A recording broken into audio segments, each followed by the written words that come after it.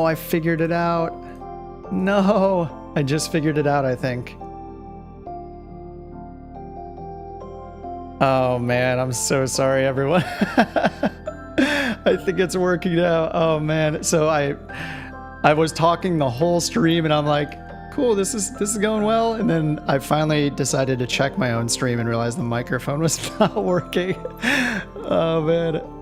I'm embarrassed. Sorry about that, guys. I'm so embarrassed.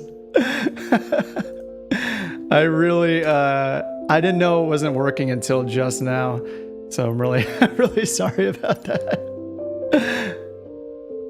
I was talking through the whole 40-minute leg of that bush flight and everything, and talking about the trees and talking about the diamonds and all of that.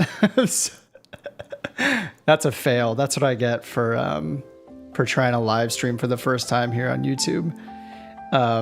If you care about the technical reason, I split out my microphone and my game sounds for when I'm recording.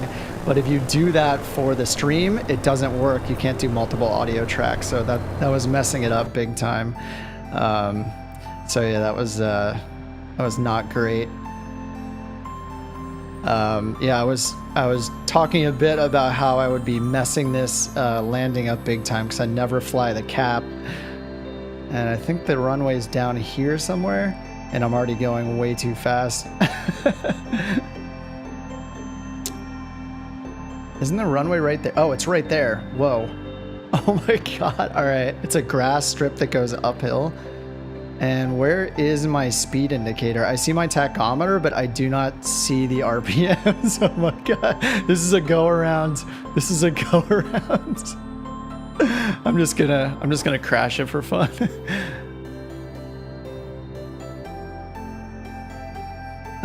Yeah, this thing is super fast though. We're gonna go right off the edge. Where is the is this the airspeed in the top left right here? It is. Okay, 150. Oh man, is that in knots? All right, let's try this again. Dude, I'm so sorry. There were a bunch of people coming in here and there and dropping. They're probably like, dude, this guy can't even get his mic working. Horrible. Probably like, all I get is no commentary and this cheesy background music. Yikes. All right, my throttle was at full that attempt, so I'm gonna try this again with my throttle at about 25%. See how it goes. Oh, it's in kilometers per hour. Okay, good to know. So it said 85 knots. There must be a knot in that middle, knots in that middle ring there. That's, I can barely see.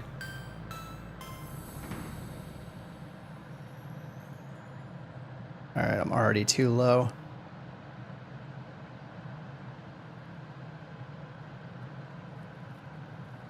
Yeah, so that bush, that first leg of that bush trip, I just wanted to do really quickly just to check out that area. I haven't done a bush trip in a long time, so that was pretty cool. A cool leg. I can tell they're like showing off the building quality and stuff. Like there's all those small like towns and cities you pass by. I'm idle at this point and trying to slow down. This is just way too fast. But yeah, that bush trip leg was really cool. The salt flat was awesome. The lighthouse was a little small, but really detailed, so that was kind of cool. I'm gonna probably fly off the edge here again. Yeah, holy crap, this is hard. That's crazy. Oh man. Have you guys already done this? Maybe we should watch your landings, because mine is gonna be pretty bad.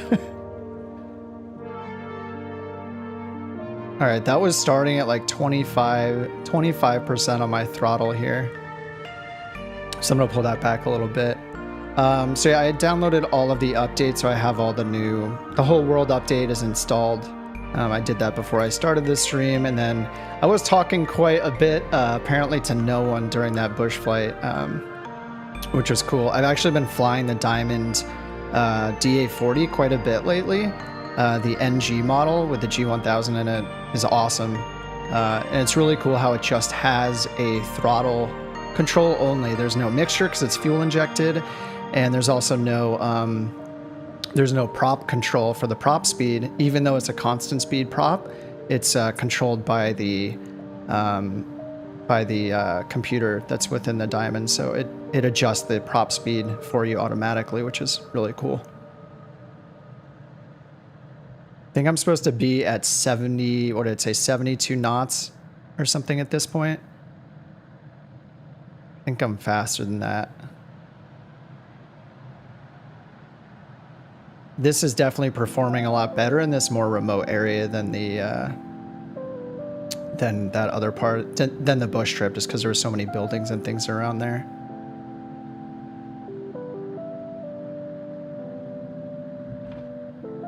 Oh, it's a little rough. Stop! Stop! No! That is crazy. Dude, this has got to be one of the hardest challenges. That is so short. I feel like I need to touch down way before then. Yeah. Where's the eject button, man? So 72 knots. Yeah, it's got 72 knots on final. This is really hard. How does someone have 1.8 billion points on this? I think I just need to swing out a bit further. I'm pretty sure there are knots in the middle of that indicator, right? Yeah, I think that's knots on the inside, that small yellow ring on the inside there looks like it's knots. Also trimming nose up a lot right now. I think I mean, I feel like I need to land before that blue marker.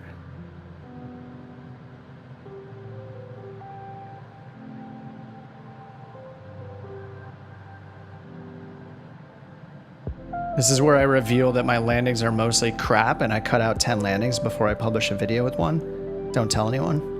All right, this might be an extreme case here. Yeah, that like lime green circle. Yeah, I see it. I'm too fast already. I'm almost at 80 and I think I'm supposed to be approaching at like 72, it said. So I'm way too high. I need to pull it to idle way sooner, it looks like. This is gonna be too hard of a descent here.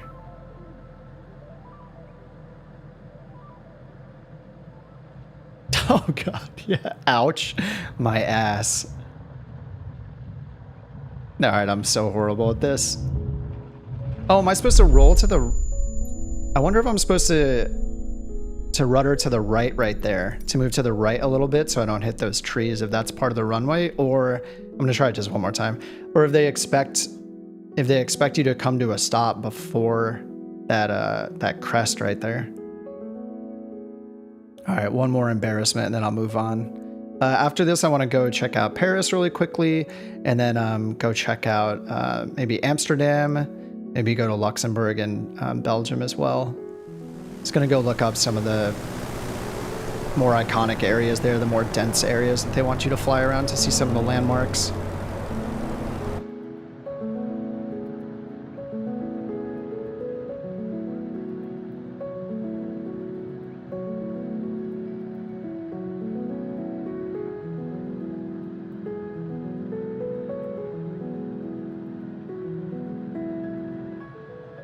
Now I need to fly the Cadet more, I guess. All right, we're around 72 now, which is too early, but...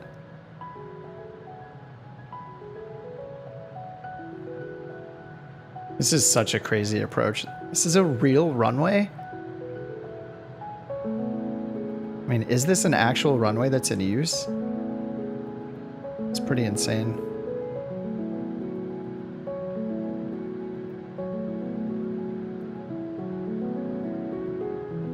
I need to pull back. All right, still a little bit too fast. What settings? I tend to use the high-end preset, but then I go in and I change a couple of things to ultra. I'm playing in 1440p right now for the stream, but off stream I use an ultra wide that's 1600p. Oh, this is rough. I think the trick might be to slip or something on the way in, because this is obviously not working for me. Oh my god. Do they add more activities and challenges when they do world updates? Yes. So this is one of them. So they added this landing challenge that I'm just crushing, as you can tell. And they also added a new bush trip that takes you into the Alps, right? So I just did the first leg of that at the beginning of the stream, but unfortunately my microphone was not working because of some advanced settings on my streaming software. So I messed that up for about 40 minutes. So I apologize for that. But I did the first leg of that bush trip. So yeah, there's a new bush trip. It's got like 17 legs or something like that. And it's in the Diamond DA40 NG. Which is, I love that plane, and I was just using that recently, so it's kind of exciting that that's the plane that is for the bush trip. Yeah, you can always rewind. This will be stored on the channel since it's a live stream in the first one. And yeah, I figured I'd do this because it just takes so much longer to kind of script out and produce a video. And I figured I was just feeling a little impatient. I just wanted to jump in and check it out right away too, so. I mean, this area is gorgeous. This is awesome and also terrifying because this landing challenge is just, yeah, this is horrible. I'm horrible at this. But yeah, I'm gonna fly around Paris in a minute, and then Amsterdam. We'll check out some of the new 3D modeling in the city and the photogrammetry, if I can say that right, just to see how it looks. I'm curious how the performance is gonna be. Yeah, we'll see how it is.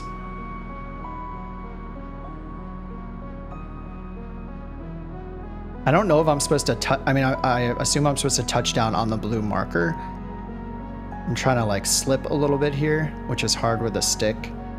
I'm gonna be a little too short. This is so squirrely.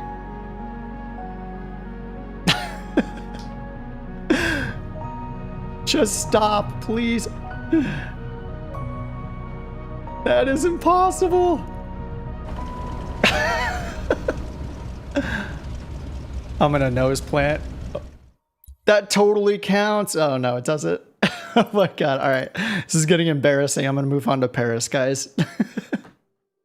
That has got to be the hardest landing challenge that I've done in the game yet. I mean, I haven't done it. Clearly, I haven't done it. But yeah, in the activities here, so you can see under landing challenges, there's that one. I wonder what section it's under. Maybe it's under famous. Strong wind. I'm not sure what section it's in. It's on the home screen though, so right here in the top right, this is the new landing challenge with this world update. Looks tricky, yeah. Yeah, I'm definitely way too fast. I don't fly the Cadet really, but that plane is really fast. They start you out, you're going over 100 knots. So I think the trick is I was starting about 25% throttle. That seemed to help when you first load in and you're already flying. So yeah, it seems like you need to dial the throttle back really far when you're first starting. Just make sure it's set before you load in. And then, yeah, there's also another bush trip here. Sorry, let me turn the music down just a little. There's also another bush trip here. So this one right here. So the Pyrenees and the Alps. So I just did the first one right here. It was just 16 minutes or so. I think it probably took me about 20. And it went by this cool like Salt Bay, I think they called it. Not to be confused with the YouTube sensation, I don't think. But like a bay, like a lake or a river. And then I went by a small lighthouse and then went past this really big sand dune, which was really cool. And then it just landed at the airport. So I just, near that sand dune. So I just did the first leg there, but yeah, there's 17 legs to this. So it's pretty awesome. And it's in the Diamond, the DA40, which is an awesome plane just because all you have in the Diamond DA40 is a single throttle. There's no mixture to worry about. There's no prop RPM because it's controlled by the computer, and it's fuel injected, so there's no mixture to be managed. So it's really nice. And it's just the wingspan is pretty big. It's like 38 feet instead of something like 36 feet on the Cessna 172.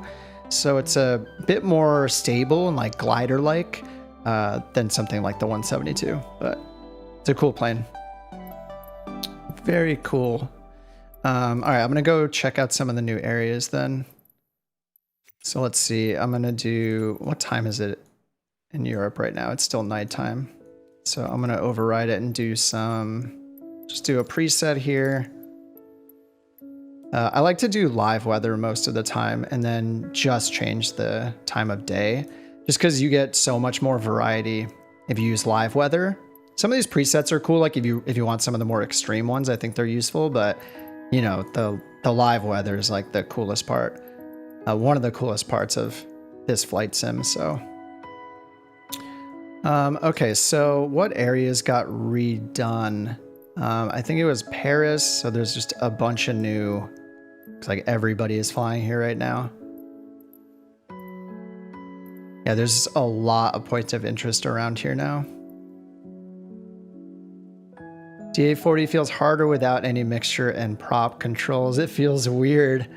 It definitely feels, it's funny because I think the cruise speed is the same, but it feels like, you have to make bigger movements. I think it's like the glider-ish characteristic of it because of the wingspan.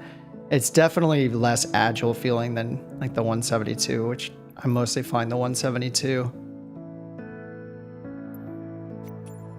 So what do I want to fly around in here? I like the SR22 a lot. I use that quite a bit. The nice thing about the Diamond though is when you're in the cockpit, like I spend most of my time in the cockpit, not in third person, and the glass panel on the front, that 180-degree glass panel is just awesome. It's just one piece of glass. You have like a full like panoramic view. So I think that's pretty cool. And I don't think they added new liveries for, I think it's just the 3. Yeah, just the 3 for this one right now.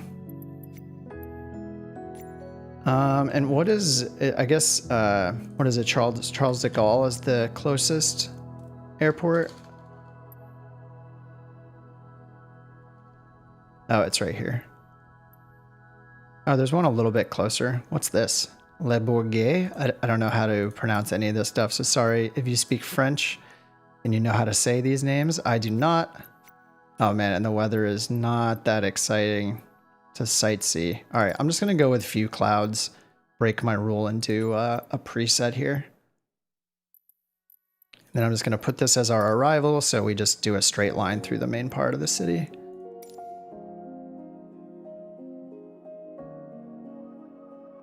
Update that brings live planes. Oh, do you mean the live air traffic, like real world flights? I remember trying to track my girlfriend's flight when the sim first came out at the end of last year. She was flying just on a commercial flight, and wait, was she flying then? When did she fly? I mean, was it the year before? I'm so confused right now. I feel like I've lost all sense of time. But I was trying to track a flight. Oh, sorry, it wasn't a commercial flight. She was flying a plane. She was training for her pilot certificate, which she since got. But I was trying to find her Piper that she was flying in the real traffic in the real world in the game. But it was like I couldn't find it actually. I think it might focus on commercial flights. Oh, control real planes with the sim. Yeah. This is your captain speaking from somewhere in a bedroom, just chilling out while I'll be taking you on this flight today, remotely. Just some pilot like in his office at his house, flying the real plane that you're sitting in. Hey, who knows? It could happen. I don't know. It's pretty crazy. I mean, the technology would have to be so advanced at that point where, you know, if something goes wrong, they need to physically pull a circuit breaker or something. We'll all become drone pilots. Yeah, we're in training for that. I got a long ways to go myself. You guys will qualify before I will. I rarely fly the DA40s besides the obvious diesel versus gas engines in real life. The difference between the NG and the TDI. So the NG and the TDI, I think it's the same plane as the DA40 for both of them. The NG is like new generation, and I'm not sure what changed besides the avionics. Like the TDI is basically the steam gauge version. It has a Garmin 430 in it. and the NG has the G1000.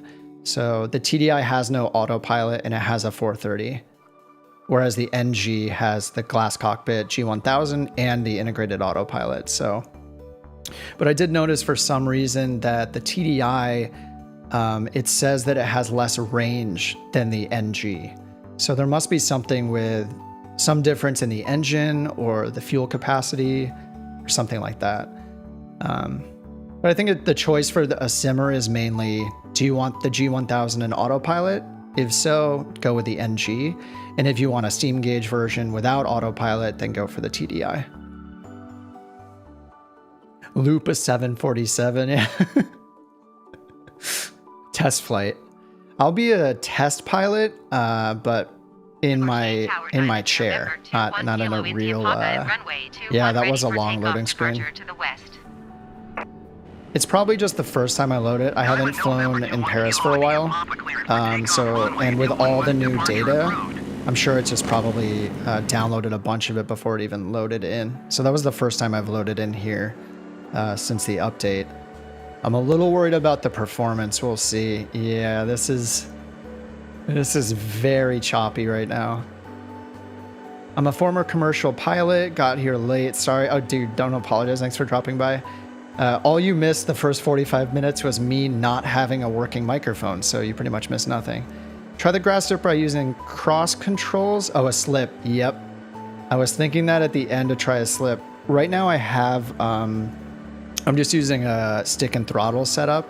I have rudder pedals, but I don't have them plugged in right now, just because it's very convenient to just put the, I have the X56 stick, just to throw the stick up on my desk after work and start using it. But yeah, slipping definitely seems to be the key for that one. All right, sorry, I'm just letting this load in a little bit because the performance might be a little scary. So we'll see how it goes. Yeah, so I'm just using the stick right now, so you can twist for rudder control on a stick, and slipping by twisting the stick while doing the pitch and the roll at the same time, like all three axes, is pretty damn challenging. So I definitely need to plug in the rudder pedals to try that one. All right, my flaps are going up. I'm trimming for, I think it's around 80. I don't want to get very high, so I'm just going to pull the throttle back a bit. Stay down low. I haven't flown in Paris, I think, since I first got the sim, so this will be cool with the update.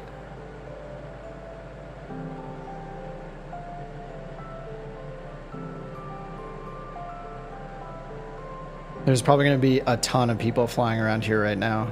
I'm on the US West server. I can't imagine how crowded this is right now if you're on the like Western Europe server or something like that.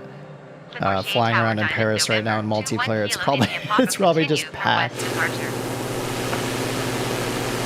But I want to fly by the super like downtown Paris area and just check out some of these buildings and see how it looks. What's weird is I think I fly around like Los Angeles quite a bit, and sometimes up like Seattle and San Francisco. I feel like the quality of the buildings and stuff in the Los Angeles airspace is not that great. Like, it's very almost like fuzzy looking. There's just so much going on that it definitely seems to have some issues with it. I don't know. It seems to be hit or miss from one update to the next, and I don't know, I feel like it used to look better than it does today.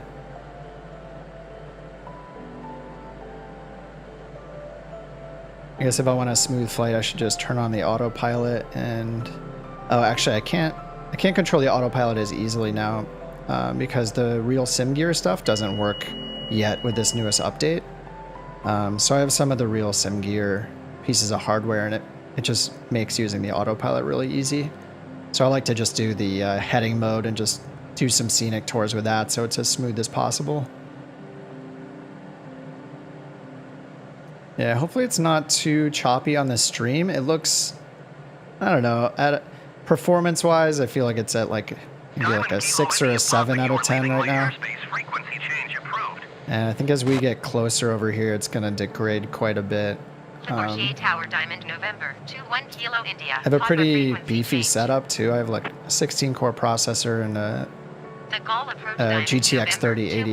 There's an RTX, sorry, 3080. But it still struggles in these really dense areas. Request, flight following. Diamond, November, 21 Kilo, India, Papa to call approach. Squawk 7272. All right, so we got some landmark right here. Here's a guy down here flying through the city. 7272 Diamond, Kilo, India, Papa. I have the multiplayer nameplates turned off just to reduce some of it. I got a 3080. Yeah, I got really lucky. I have a friend that's just a very big kind of tech guy. I mean, I'm kind of a tech guy too, but at the same time, he's the kind of guy that'll like stay up till 4 a.m. hunting for something like that. So he got himself one, and then he just like texted me in the middle of the day one day and was like, hey, go to Best Buy and hit add to cart right now. And this was back in, I think like November or something like that. And I just got really, really lucky. I know they're still really hard to find. I was running a 2060 Super before then, but it's kind of crazy how many, how many performance issues there are still having a 3080 and stuff like that. Dude, this looks so good though. Look at that. That has got to be one of the most detailed structures I've seen as I almost crash. Yeah, let me, I'm going to turn the settings down a little bit here because I want the frame rate to look better. So what I usually do is go to high end and apply that. And then I usually just go and turn a couple of things up. Like, clouds are one of the best parts of this game. So I usually put those up to ultra. I'll see if that helps a little bit. And then the motion blur seems useless to me, so I usually turn that off. See if that helps a little. It could also improve as I fly around this area, just because I haven't flown around here. I think I may have had the terrain resolution at 200 as well, so that really adds to it. I think maybe the DA40 wasn't the best choice. It's nice through the cockpit, like to look around 180 degrees in the cockpit, but it's not as agile as you might want for flying around doing sightseeing like this. City's still lag. Yeah, I fly like in LA quite a bit, and it's pretty rough. When you pick a more remote area, the performance is just amazing. You have like awesome landscape and clouds and all that. It's really, really nice when it's performing really well. And I don't think we can fault Asobo or Microsoft. Like, the undertaking to create these cities in this sim is just insane. I don't think even those of us who might be like in the software industry and stuff like that, making apps, things like that, it's just I can't really comprehend the scale of working on something like this. So I'm sure they're definitely aware of it and working on it. Yeah, like this building doesn't look too happy, does it? Now that could just be because it's still loading in. Who knows? Maybe all the data's not in there right now. CPU's a hindrance. Yeah, I have a 16 core Ryzen, and I don't look at the performance of the CPU that much, but I have a feeling it's just not ideal for gaming. I don't think most games take advantage of all the cores, so I haven't done too much research on it, but I think basically a faster clock speed with fewer cores is better for gaming in general. So I'm not sure that I have a great CPU for gaming. It's pretty beefy, but I'm not sure that it's ideal for gaming. Want to say how much I appreciate your videos are high quality. Thanks, Ambitious. Appreciate it, man. I'm not the fastest at putting them out, and I'm sorry for that, but I'm glad that you guys like them when I do put them out. The comments have been really, really nice and motivating. So yeah, thanks so much. Dude, this looks awesome. This is at high end still, so I mean, this area looks awesome right now. I think I could pull up the buildings, maybe pull up the building quality a little bit.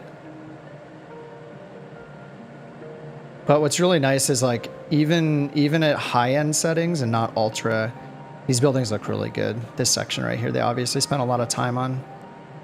You don't see any crazy like blurry surfaces or jagged edges or anything like that. It's just really cool.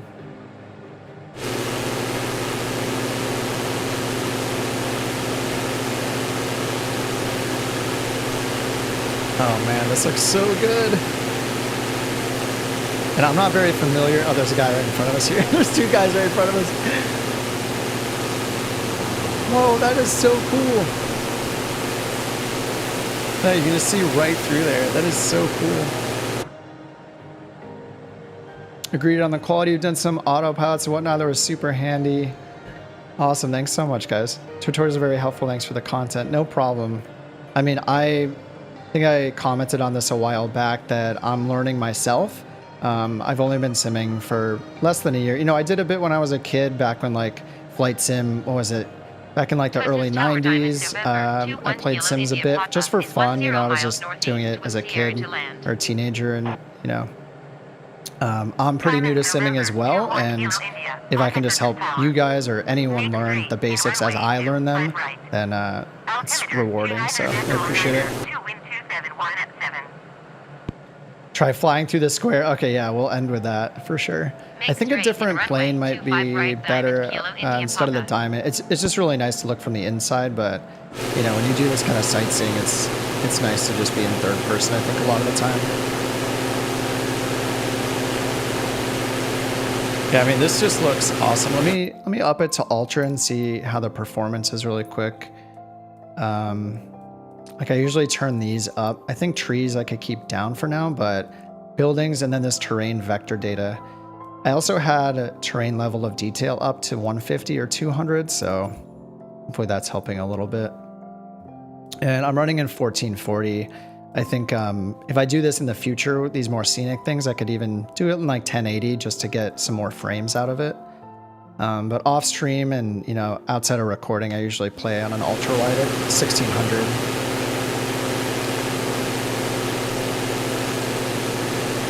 I mean, I feel like I can already tell the difference with ultra, like just how crisp everything looks all of a sudden. I mean, it looked good before, it's just a little extra, another like 10% on top of it. Looks really cool. What do they do to prepare for a world update? Handcraft. I think they do handcraft a lot of the more iconic buildings. And then they rely on their technology, photogrammetry, I think they call it. It's hard to say, but I think it basically is like the Bing Maps, like ultra data on a city that has all the elevation and surfaces of buildings, like where they can build these 3D models more accurately, and it's more accurate terrain data and elevation data as well. Some sort of combo of all of those pieces together, but I am pretty sure that they do handcraft the more iconic buildings, just because they're so unique. You know, like that hollow square one right there. I'd be surprised if their automated buildings generation could handle that. You know.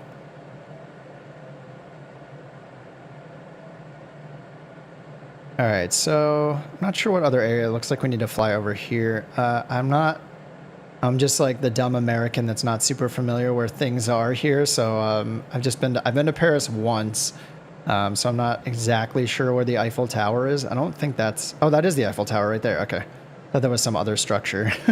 Here we go. It is really cool flying around after these world updates too. Like if you can hop on tonight or tomorrow, I'm sure over into the week, well into the weekend too, people are going to be flying in these areas, but it's really fun when you're flying around and just see other players flying around at the same time. It's pretty fun.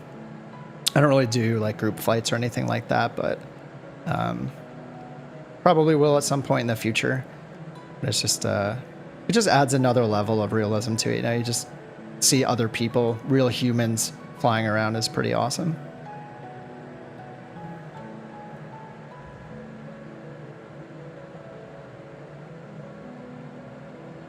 Yeah, I'm not sure how I feel about the Diamond as the sightseeing plane. It's the views from the cockpit are great, but I feel like I don't feel too agile. Wow, that is crazy. I don't know what the Eiffel Tower looked like last time, but...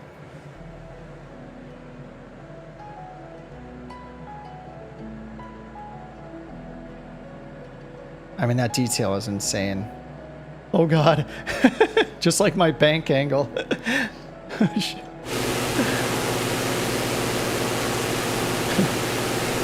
Don't get distracted. Don't get distracted. Oh, at nighttime. Oh yeah, I don't have live weather on, so we can switch time of day.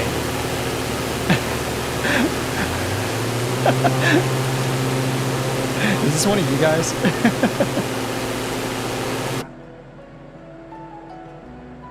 See, that guy took the extra. He's smart. The detail on the Eiffel Tower is crazy, though. Oh, there's guys just flying along the water down there, too. Yeah, let's check it out at night. I'm glad I don't have the live weather on because I can just change the time of day here. Actually, let's just go live. There we go. This is just live time of day. It's crazy that you can do that, right? You just hit a button and it's suddenly night. That's pretty insane. Oh, wow. It's all lit up like blue. That's cool.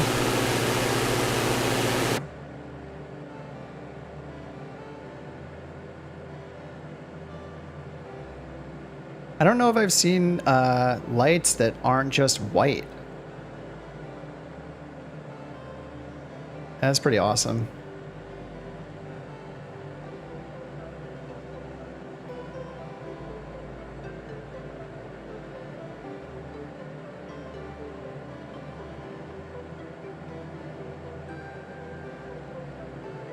Yeah, this is great. They did an amazing job. I didn't try any of the add-ons. I know that like Orbex, maybe some of the other developers had some Paris landmarks and stuff like that. I hadn't tried those out, but man, Asobo's giving them a run for their money, or for not our money, I guess, since this is included. Oh wow, there's more like purple lighting down here too. Not sure what building this is, sorry. Oh, they fixed the bridge? Oh, it was underwater? I can go fly by that again. I'm not sure if I assume it's lit up pretty well. Intel i9 MSI 3090 Supreme X does a great job at 1440p, over 60 FPS at 4K. Damn, that's really nice. Yeah, I have the max resolution I run at 1600 tall on an ultra wide, so no 4K for me. I like 1440p even though I have 120 hertz. Yeah, I mean it's probably hard to pick between, you know, running in 4K or running at a higher frame rate, but you know, I think what's nice is, you know, if you're in a big city like this, maybe you go for the performance just so it's smoother. And if you're in a more scenic area away from a city, that you bump it up to 4K, you know, since the frames will drop more in this city. It looks awesome here. I'm gonna fly by the Eiffel Tower again.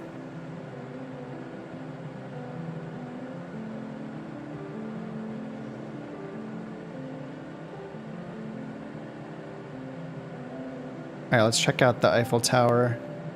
I wonder if they have the, doesn't it light up every on the hour or something? It would light up. When I was in Paris, we were there and it was doing that at night. And I wonder if they programmed that in. That would be pretty funny. We're like 40 minutes away from the hour, so maybe I can change the clock to be on the hour and see if it lights up, because that would be pretty funny. Do you think a 5900X and a 3080 will do a job with a super ultra wide 32.9? I have a 21.9 and it runs really well with mine. I think the challenges in the city are going to be there for everyone, regardless of what you have. You know, even if like ZZ Staff has a 3090, in these kind of places, you know, his frames will even drop. But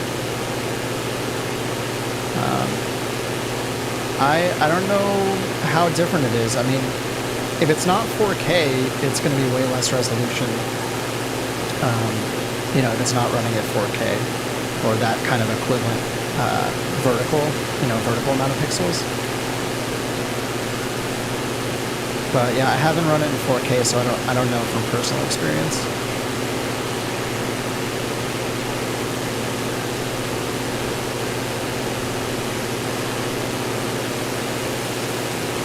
Oh, that guy's flying under the Eiffel Tower. He did it. He did it. That looks really fun. I should take the extra or something like that. I actually like the Robin Cap 10. I think is really fun to fly. It's like very forgiving. The extra is just like another level of insanity.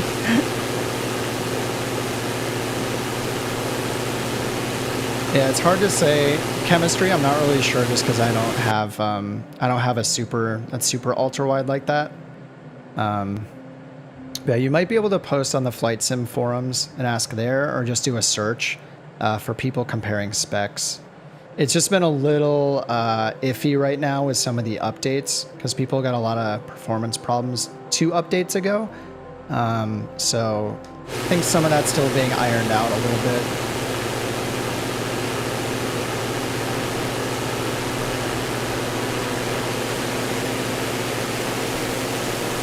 You know, I mean, I think, you know, with such a big developer, you know, a publisher like Microsoft behind this, they're not going to leave this game behind, right? Like, they are going to work their asses off to improve this game for the foreseeable future. Like, this will probably be the current gen flight sim for the next decade. I wouldn't be surprised if it was.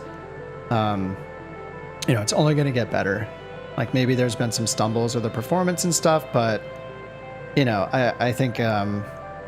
coming from playing X-Plane for a bit, I can't stop loading this up instead of X-Plane. It's really hard for me to load anything else besides this, personally. But if you're doing like real life training and you're trying to supplement it with a sim and you're learning instrument, going for instrument readings and learning procedures and that stuff, then, you know, something like X-Plane is going to give you more. But VFR, this is the way to go. Sightseeing and VFR flying, like, I think this one just wins hands down. It's just too beautiful. What do you wish Flight Sim had that it doesn't now? Shared cockpits. I've never used a shared cockpit before, so I don't know. I'm sure it's amazing. I think I'm such a nerd about all the avionics that I just want more functionality in the G1000 and the 530 and the 430. I really like learning the instrument procedures and stuff like that. And I know the Garmin avionics are really dumbed down right now. Like, they don't show you things like final approach fix and holds and things like that. And, you know, I hope those get improved over time. You know, they hired the working title team as contractors, so they're going to be implementing all the work that those guys have done on the G3000 and the G1000 mods that they've made. So I'm excited for that because I like to nerd out on the technology more than anything.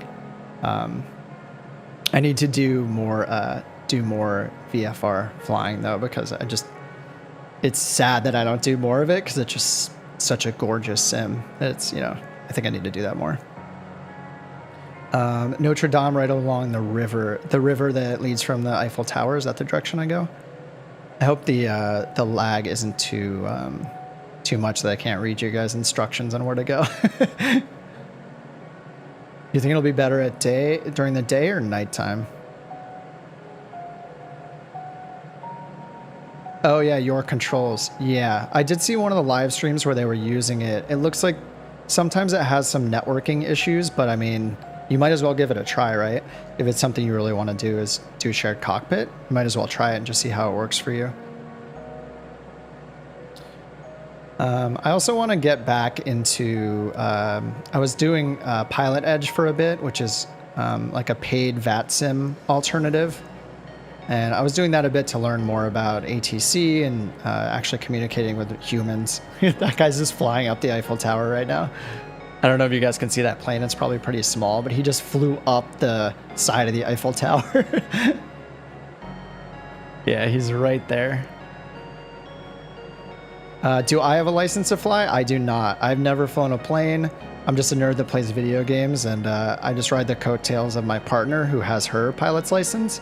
But she teaches me a lot, and you see, there he is right there again. He's right at the top. He's like stalling at the top right there. Okay, here's the river, so I'm following that. But yeah, I've not flown a plane ever in my life, so I'm sure most of you most of you guys that have been commenting and stuff, I'm sure a lot of you have either been simming for a long time or also fly planes. And that's badass, and I do not do that. Maybe at some point in the future I'll go for it. It's cool you can make informational videos without a license. I definitely nerd out and just learn. You know, when I'm really motivated to learn something, I just dive in and read everything I can about it. My partner, let's call her Molly, she's been like motivating me to consider getting a ground license or becoming a ground instructor. Because I'm not really excited about flying the plane yet, which sounds silly, but you know, it's maybe in time. See how it goes. The small island to my right. Oh, okay, sorry about that. Let me turn around and find that.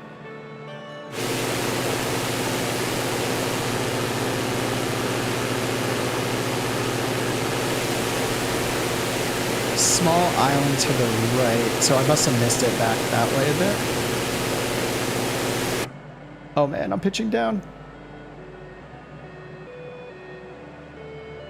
Yeah, I think when I make videos, that's why most of the videos I've made are focused on like procedures and stuff and like the tech, you know, focused on, you know, an ILS, focused on dialing in the autopilot and doing the flight planning and stuff like that. Because it's the more technical stuff. Whereas I'm not as knowledgeable on, you know, the actual mechanics of flying, you know, what it actually feels like to fly a plane, how you know, how ground effect feels when you're taking off or coming in for a landing, like things like that are just beyond my skills, and you guys could explain those way better than I could. It's awesome. Your partner can fly. You should go on a discovery flight. I haven't done that yet. She did, take me on a flight after she got her license back in December, or her, I think it's called is it a certificate or a license? Sorry, I'm failing so much here to find Notre Dame. Would you be more interested in a drones pilot license? No, I think if I did it, I would want to fly a plane. Yeah, like a manned plane. I should really do an introductory flight. Sorry, the guy who's asking for me to go to Notre Dame, sorry about this. This is totally, or RBA. Arbasam. Sorry, man. I'm going back. Hopefully I'll find it for you this time. Yeah, I'll go back. Sorry about that, man. I was trying to keep up with chat and stuff and fly the plane at the same time. So you said it's on the right side of the river. I mean, we get a better view of the Eiffel Tower here anyway. The lighting is great too. Like, I haven't seen much custom lighting in these areas that I've flown through before.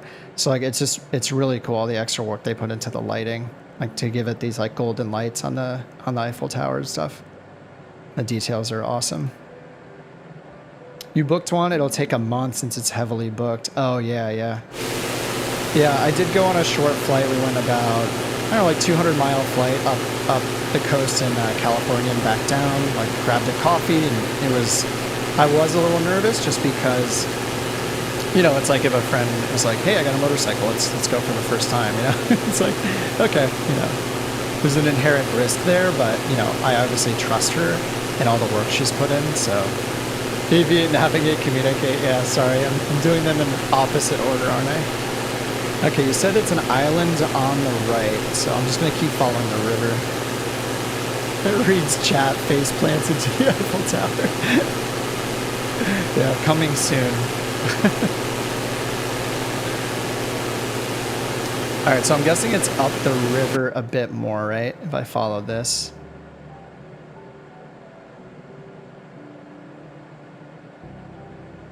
In the curve, check out the G1000 map where the river makes a bend, like inverted. There's like an island there. Okay, I'm going to keep going up here. Makes a bend like a U, but inverted. Oh yeah, we're at that part right now. Okay. So it should be like right below us.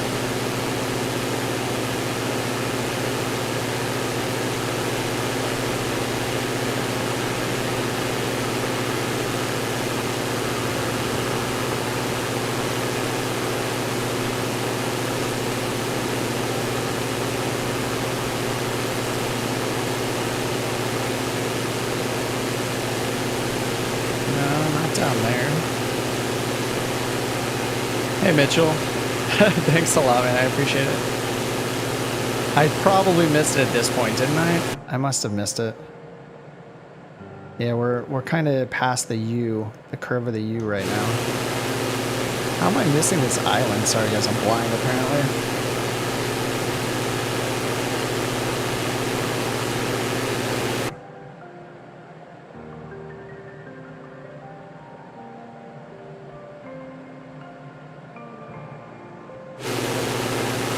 One of the most difficult things to do as a real private pilot is landing an airplane. Flights and visual approaches are very real to life. Miss the wind buffeting the aircraft and small control movements. I mean, I'm still really challenged by every landing. I have a long way to go. Wait, is this an island right here?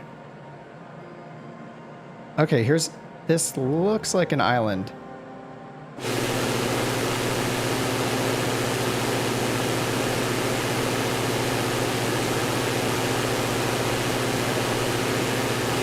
Is that it? I mean, that's definitely not it. It's not, it would be way more lit up than that. And this is like a long peninsula, like, you know, in the middle of this river here.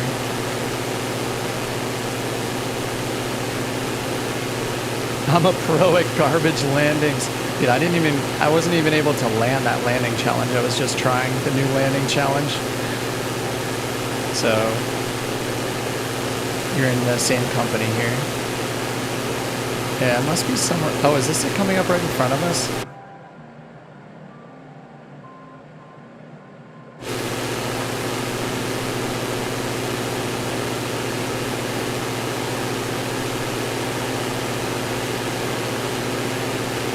No, I don't think this is it either.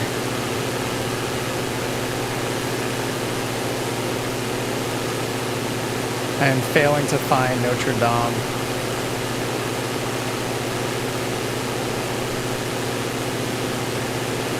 Do you know what Notre Dame is? In Paris.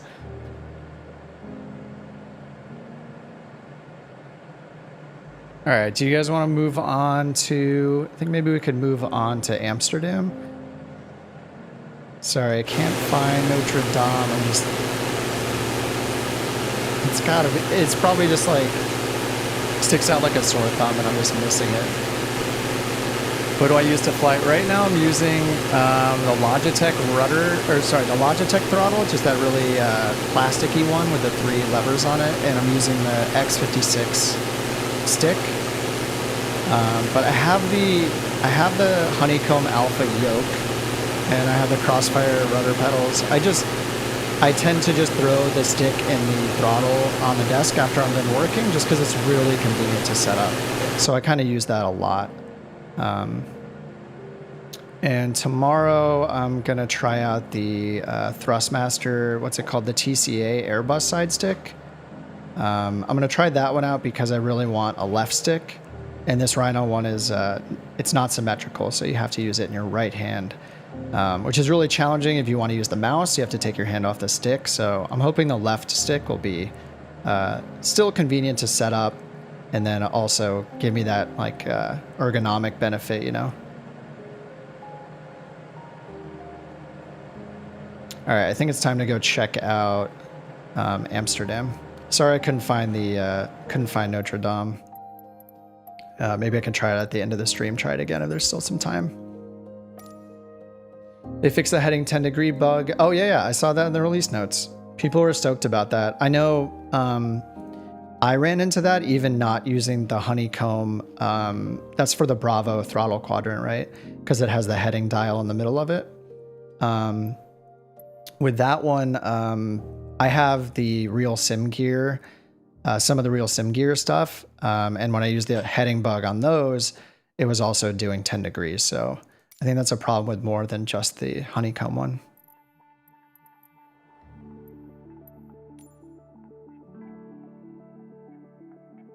Z27E Amsterdam. What? That is not Amsterdam. Do I know if it's the same as a Thrustmaster 1600M? Let me look at the 1600, or is it 16,000M? The one that I ordered is the, it's the one that's the Airbus stick.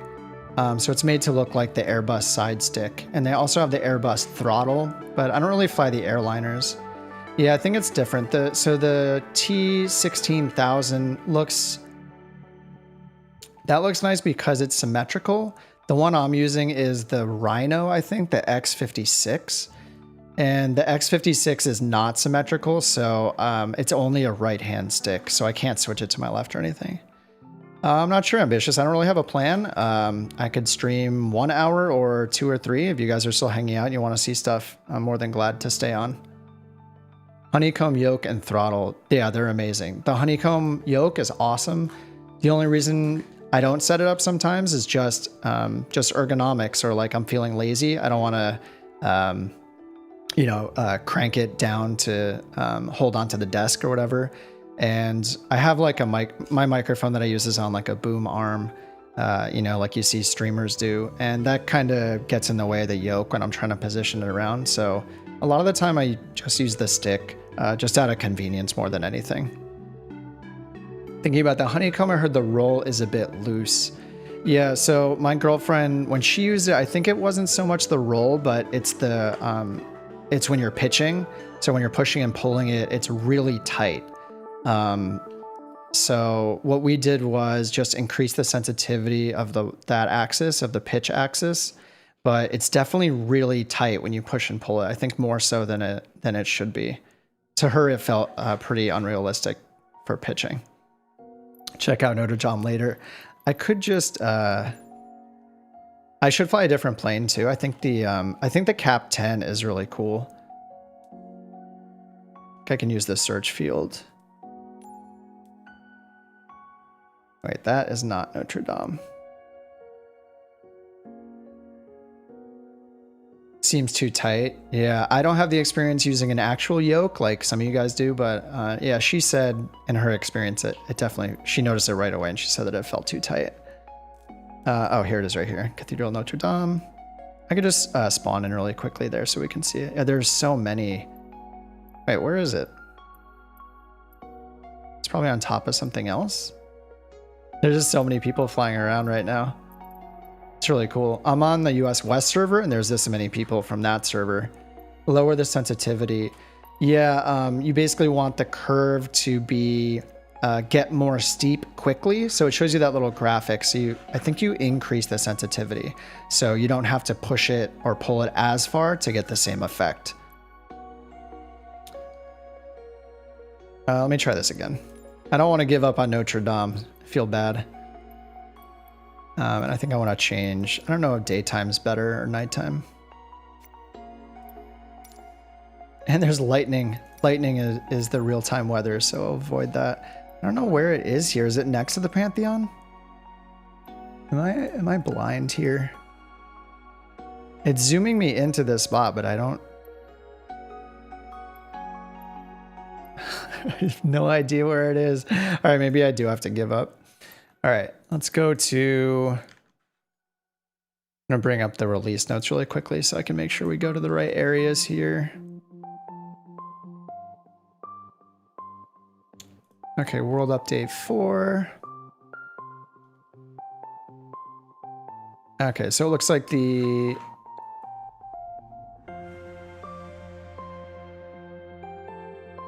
I'm just looking for the airport that they updated. For the Netherlands, I'm not sure it's listed. Okay.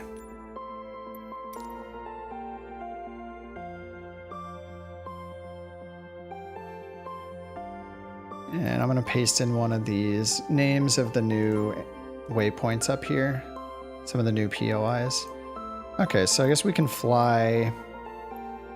Just start from here as our departure. I've never done this before, but I think you can set... Yeah, you can set a point of interest as your arrival. So that should be cool. And I think I want to try the Cap 10. It's pretty fun to fly. I haven't flown this for a while, but it's definitely just a lot more agile. All right, cool. I think I might get the Thrustmaster Warthog. I don't know if it's worth it to be compared to the 1600M. I would just look at the ergonomics. I mean, it matters what you're going to use it for. If you play, you know, if you play anything like combat sims or anything like that, you probably want more of the controls, right? More of the triggers and stuff.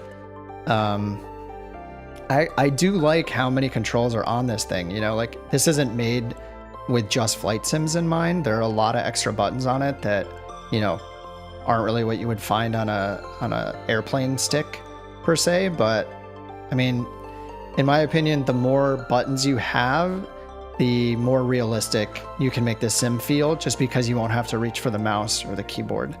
You know, I think that's the most important thing, is that it works for you ergonomically, that it's convenient, you're going to use it all the time. Like the alpha yoke, I don't attach it that often because I think it's kind of a pain. It's stupid. It only takes a minute, right? But I just am like, I don't really want to attach it. I can just throw the stick on the desk and plug it in and I'm good. So I think that's, you know, just thinking through the day-to-day use of it is good. And then, yeah, the more buttons, the more flexibility that you'll have and the less you'll have to reach for the mouse. So on this stick that I have, the X56, it has like 3 thumb joysticks, or actually 4 of them. And I use one for my pitch trim and rudder trim. I use one for glancing left and right, you know, the views. And I use another for free look. I think I have my altimeter setting up and down on one of them as well. So whatever you can do to keep your hands off the mouse and keyboard, I think is like the way to go.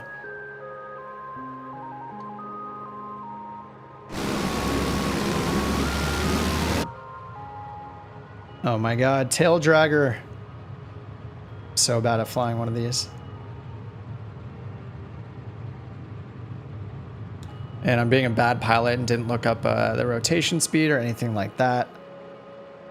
Just doing it off the cuff, don't judge me. Update you would like right there. If the world map needs the world map needs an overhaul. If you don't start near a coastline, you get completely lost. It is pretty hard. What's that? Molly is telling me I'm not tracking the center line at all. Yeah, I'm being a bad pilot right now, but I'm just going, just beelining it straight for the opposite direction of where we need to go. Obviously not focused on the procedures right now.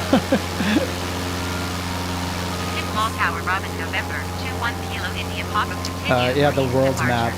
There are some, one thing the world map doesn't do that I wish it did was just remember the filter settings. So I'm like having to change the filter settings every time I start it, because I don't usually want to see the points of interest on my map. I just want to see the airports pretty much, because I like to do a lot of the flight planning in the sim once I'm loaded into the cockpit. Yeah. Does she sim? She does a little bit. She's working on her instrument rating, her training right now for IFR. So she's just doing a lot of studying, and I think when she does want to use the sim, she'll probably need to use X-Plane, just because it's better to have that realistic, like Garmin, like the G1000 or the 530 and 430. They're just more fleshed out in X-Plane right now, but she was definitely flying some jets last week. It was pretty fun. We got one of the jets and we're just like cruising through clouds at, you know, 280 knots or 300 knots or something. It was pretty fun. It was definitely a nice break. Like, I feel like I take it too seriously and don't have enough fun a lot of the time, and that was definitely a good break to get one of the jets and just mess around. It was a good time. All right, so we're flying towards, there's a dam on the other side of the city over here, but there's gonna be a bunch of landmarks here. Here in Amsterdam, so I'll just fly by. I don't know specifically what to go to, but I'm just gonna fly towards like the center of the city and see what we can find.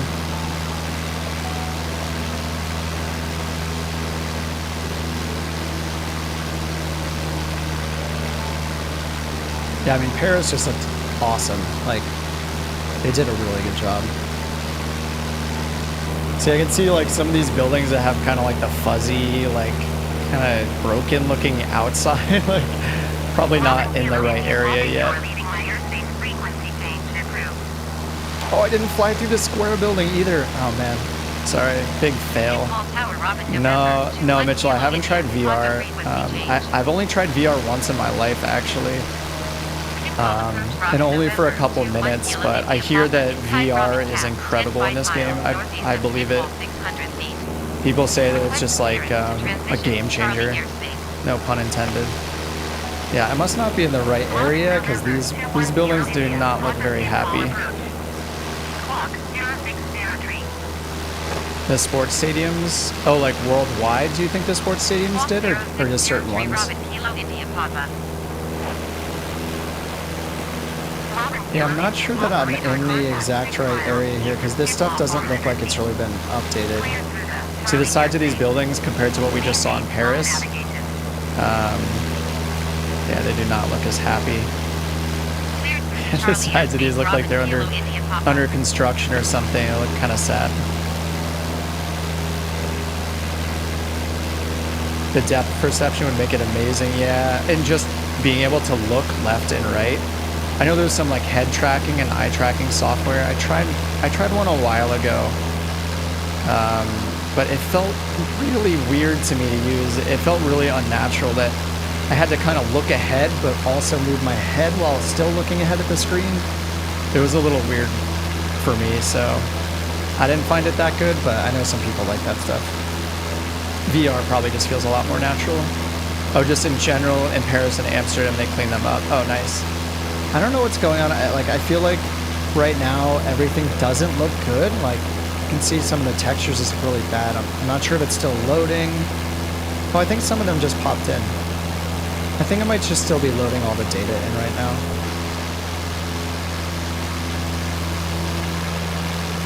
To take off in a tail dragger is to look along the left side of the cowling and keep it in the same location on the runway.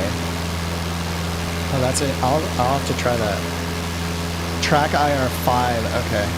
I think I tried like a free one or a cheap one. I know there are some that you actually have to buy.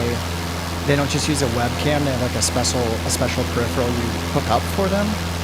Maybe that's the one you're talking about. It was like kind of like the pro model, and I did not try that one.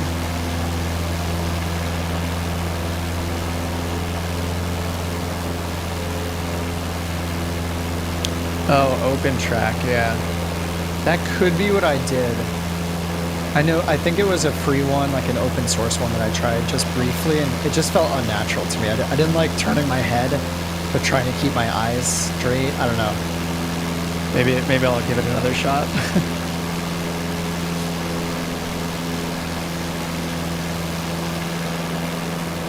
All right, let's continue towards that. I'm gonna kind of make a U-turn here and go back towards that route.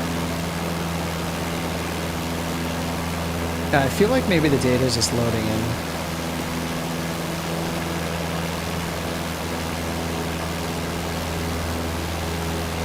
I'm still so embarrassed at the start of the stream. I was doing a bush trip for 40 minutes and didn't have my microphone audio coming through the stream.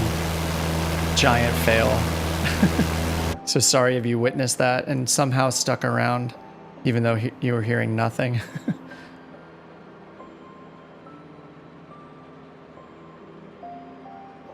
It's like there's another hollowed out building over here.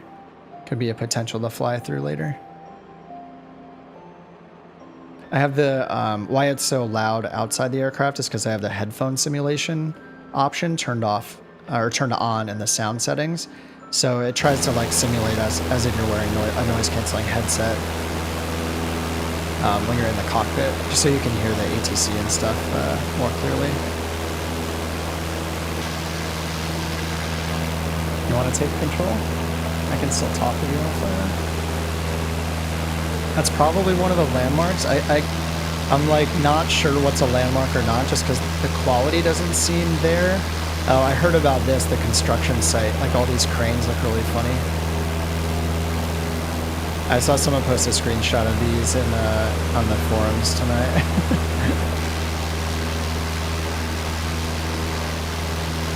Alright, I'm gonna get back on course and go this way. There's supposed to be one of the, there's supposed to be a dam over here.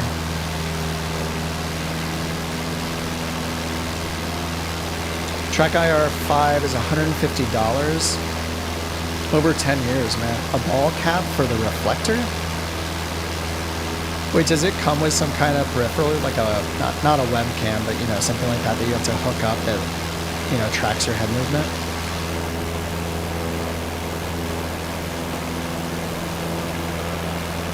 this area does not. I keep thinking that maybe it just hasn't updated the data yet, like it hasn't downloaded everything, because I would expect this whole area to look updated like Paris did.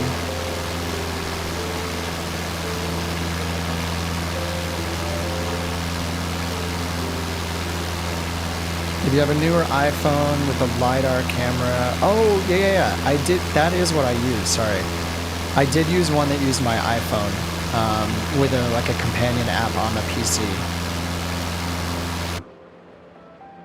Yeah, I think I have the iPhone 11. I have the one from a year and a half ago or so. Before that, I think I had one previous one for like 4 or 5 years. But I did update, and I think it does have the LiDAR camera on the front side.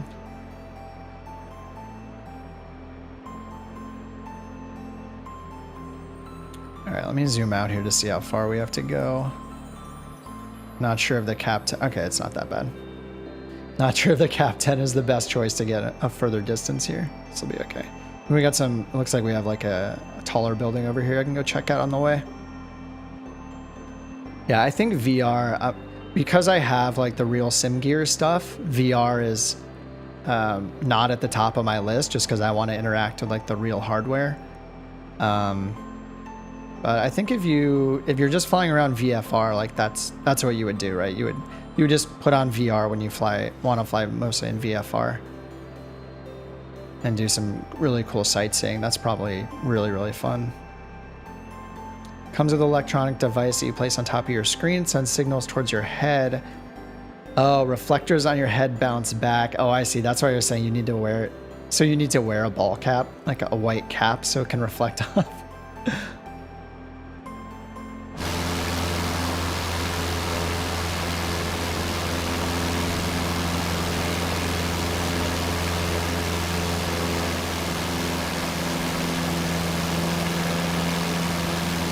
Alright, this definitely looks updated. I mean, you can just tell, like, just the quality of these buildings looks so good.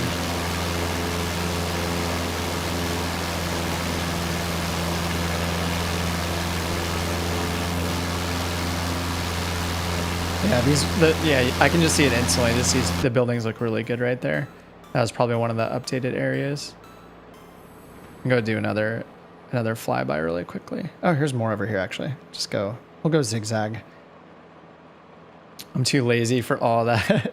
It's fun from time to time. Yeah, I love, I'll try pretty much everything. Obviously, like the investment into getting into VR is something that's hard to just try out. But if it's an app or, especially if it's free, it's open source, you use your phone, like that's pretty awesome. I'll try pretty much everything to see what it's like. All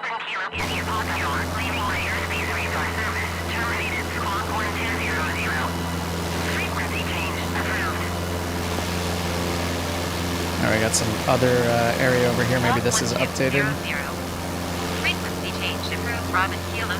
The difference between when they work, on these world updates and improve these areas to when they don't is just as good as the game looks on its own. Like, yeah, you can just tell the difference, like how good all these buildings look. Like all the textures are smooth. There's no, I guess that road looks a little crazy right there. Just as I'm saying that, but the buildings look really good. Squawk 0222 Robin, Kilo, India Papa. Robin, Kilo, India Papa, radar contact 17 miles northeast of Schiphol, 400 feet. Altimeter 29.902. All right, let's see where we're at. Copy, Robin, all right, Kilo, we're gonna go India Papa. over this water right here out to that island. And that's where the dam is out on the edge there. There's kind of like a really faint line on the VFR map. I'm not sure if you guys can see it, but you can kind of see where the dam is outlined on the map.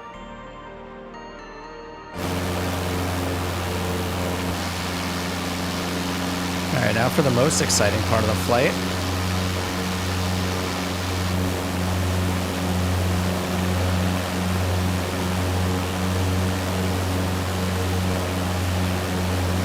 I don't even think the water's on ultra right now. Since we're not in Paris anymore, I'm gonna give the ultra a try and see how it looks, since it's not as dense here.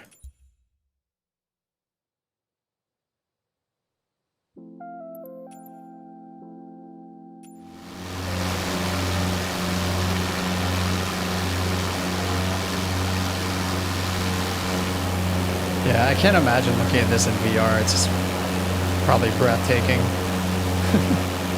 Takes the breath away. Pretty much just VFR. Hey, Corey. Pretty much just VFR and GA planes with the index. Jets generate more lag. You don't fly those in VR, I see. And it does, some of the VR tech, as I understand it, it covers up the frames, kind of like a TV will cover up frames. It's like good for, you know, like watching sports and stuff like that. I think I read that VR does something similar, right? So it kind of gives you a higher perceived frame rate as it like interpolates between the frames and kind of fills in the gaps for you. And then I think just in general, like, you know, something like a flight sim software, like we don't really need, you know, it's slower moving in general, so we don't quite need the high frame rates you would need if you're playing like a shooter or something like that. You know, you're playing like Call of Duty or something, and you want like 120, 150 frames per second or something crazy like that. Track Clip Pro bundle comes with a reflector that you attach to the side of your head. I want to see what that looks like. Don't look at me when I'm using Track Clip Pro. It costs $20 more. You like the ease of use of the less expensive versions. Yeah, I think I just tried an open source one with my phone. So yeah, I think I'd seen, I guess Track IR, I think is the one that I see mentioned most of the time, but I haven't really looked into that for a while.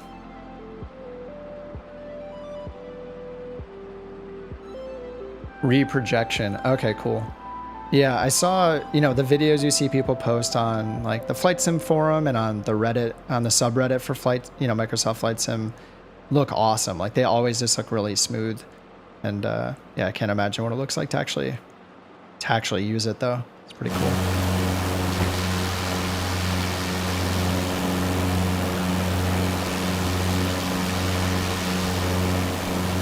I was kind of worried about like eye fatigue and stuff like that using VR for too long, or, you know, I know some people experience like dizziness and can experience nausea and stuff like that. So I'm not sure. I honestly feel like I probably stayed away from it just because of that. Like the idea of having those screens so close to your eyes, it's probably just totally unfounded, like a ridiculous thing where I'm just like, I don't know, you know, as I sit in front of this monitor like 12 hours a day or whatever, as if that's healthy. Once they add VR controller and cockpit integration, it would be nuts. Yeah, so you can't use the hand controls, right? You still use your mouse in VR? Is that how it works? I think I saw some people like using your mouse, and the mouse will stay fixed, like kind of physically where it is, like if you think of it as a physical thing in the cockpit. I'm pretty sure I saw someone demo that. All right, we're almost out to this dam here. More to the left.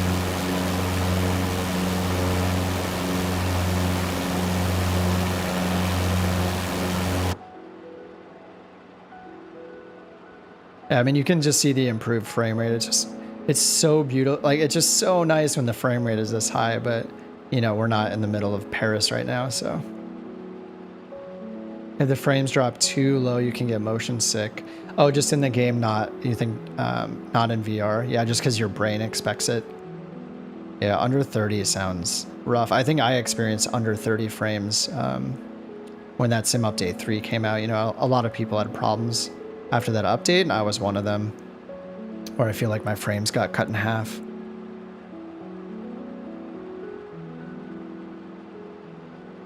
Oh, in VR? Got it, got it. Yeah, that makes sense. All right, we're almost at the dam. This is it coming up in front of us right over here. I think. Expecting some like water fall off or, you know, something interesting to look at. We'll see. Hopefully this isn't a letdown. You guys have waited this long. Oh, this is pretty awesome though. Oh wow, that's really cool.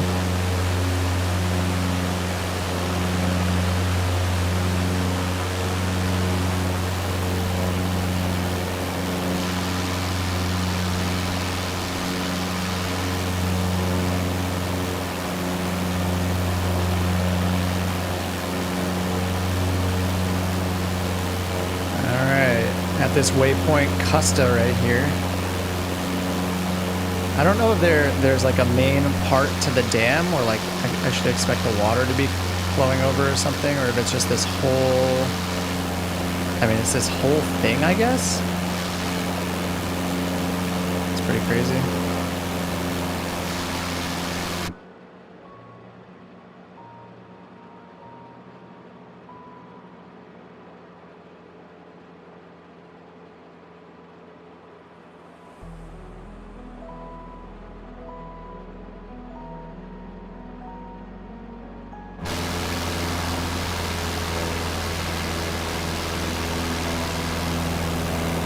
Yeah, I guess it's just this entire thing is a dam, which is just, I don't know why I was expecting like just like a smaller dam with like water flowing over the edge, or you know, like a cliff side over the edge of the dam or something, but this is pretty insane.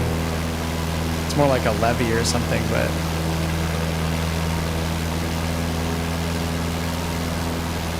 man, it just goes on for days. So this is northeast of Amsterdam. This is one of the points of interest they listed. Let me find the name of it real quick and paste it in. I'll just paste the name in chat. This is what it's listed at in the release notes. So this is this giant dam kind of northeast of Amsterdam. Looking at a dam in Amsterdam. Ha ha ha. Ha. Do we know what the next world update will contain? I don't know offhand, but there will be another sim update before the next world update. So next up will be sim update 4 and then world update 5. I think they did say what's planned for world update 5, but I don't know offhand. Maybe one of you other guys know what it is. The only time I got motion sick in VR was in the extra. Yeah, that seems about right. Yep. This is beautiful though. I mean, I love coming to these remote areas too. And like, you know, when you do, you know, more like bush flights and stuff like that, you can really crank your graphics settings and just see it, you know, like in all its glory. It's just pretty awesome.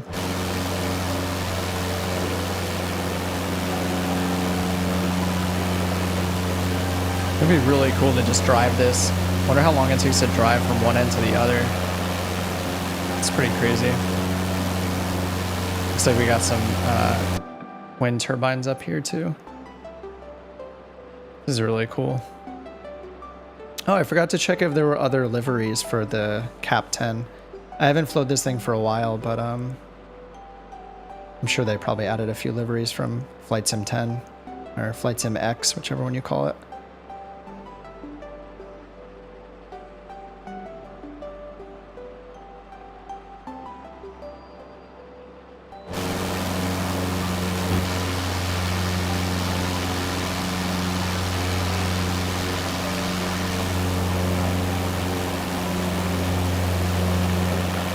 Get a flat tire on that road. You see a tsunami?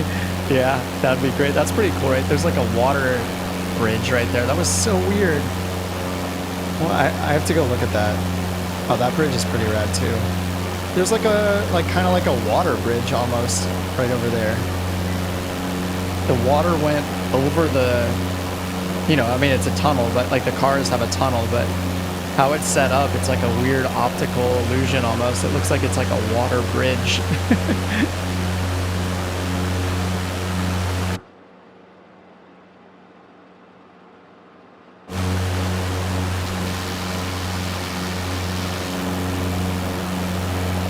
Yeah, like there's in this spot right up here. Yeah, so there's like a tunnel right here for the cars.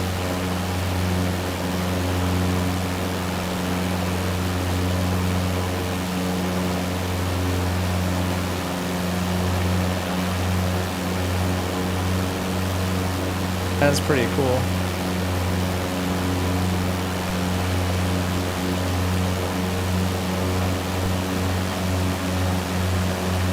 As I almost nosedive into the water. Very smooth. I assume this area got updated as well. It's pretty cool. I think it was worth flying across. That dam is, I wonder if that's one of the longest dams in the world. That's pretty insane. When you can see it in the distance, it just goes for miles. That's crazy.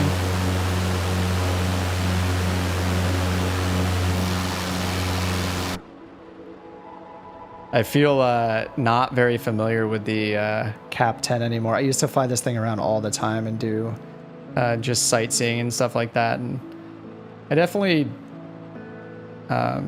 it's definitely more fun than the Diamond for this kind of stuff.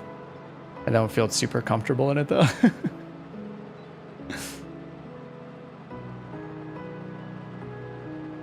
It's pretty cool.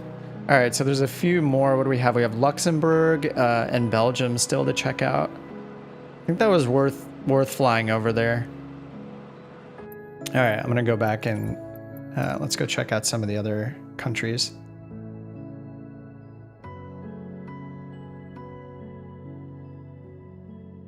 Yeah, it looks like most of, I'm just looking at the list from the release notes, and most of the new points of interest are in France. So the focus was definitely in France. Let's check, I think we can do Belgium. I'm just gonna copy one of these in so I don't look, so I don't embarrass myself trying to find Belgium and Luxembourg on a map. It's the real reason I'm doing this.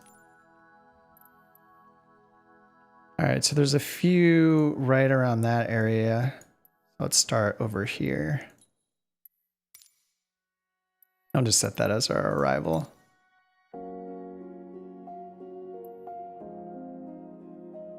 Water drawbridge. That's kind of cool. I mean, it caught my eye, so it did its job.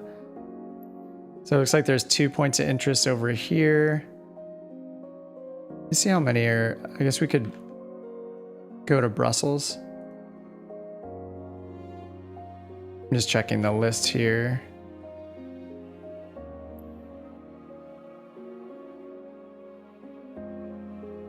Yeah, so this right here, King Baudouin Stadium, that's also new. Maybe I should go in this area just because there's a lot more new POIs right here. So I'll just do this and then set this as our arrival. Let's see, Cap 10 or something else. Cap 10 is fine, I guess. All right, right on the runway. And let's see, yeah, it's still, the weather's pretty cloudy there, so I'm gonna just go with the preset still. All right, let's check out Brussels.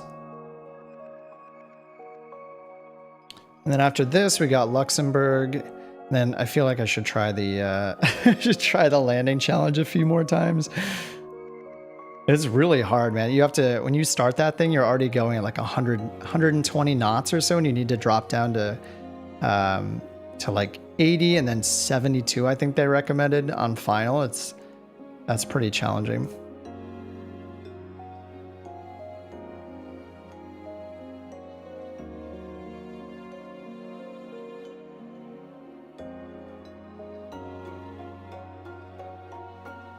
Done a great job with this video. Background audio is good, relaxing. Yeah, I was a little concerned about putting background audio, but there's some good copyright-free stuff out there. Ambient stuff, just more chill stuff. So I thought it'd be okay. If you guys don't like it though, let me know, and I don't have to do that every time.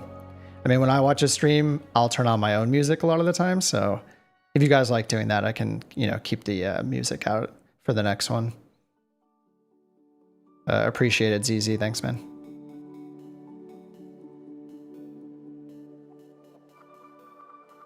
And I was thinking about doing a live stream over the weekend, and I was just like, kind of went back and forth. I didn't really have a subject. I was just gonna do some on-air missions. I don't know. You guys probably know about some of the career mode add-ons. So like NeoFly, On-Air Company, FS Economy, Sky Park, those kind of things. I play around with those quite a bit. So I'll probably do a stream here and there, just flying around doing a few missions, like cargo and passenger missions and those. I've been flying the Cessna Grand Caravan quite a bit in those, just because for those, it for those kind of career mode mods, you make more money when you do trips with more cargo and more passengers. So I'm using turboprop in those quite a bit. And the Grand Caravan carries a lot more than something like the TBM. So yeah, I've been using the Grand Caravan quite a bit. I don't know how people fly these, being able to see like nothing. It's crazy. Oh, sorry, one of you guys told me to look left to line up, but I clearly forgot. I'm gonna have to practice that on my own time and figure it out. I mean, this thing gets up really fast though. Yeah, like this, I just feel like you need to hit spacebar. You know, you can hit spacebar to like sit way up, like unrealistically high in the seat. I feel like you need to do that. You need to like sit on a few blocks or something if you fly this thing.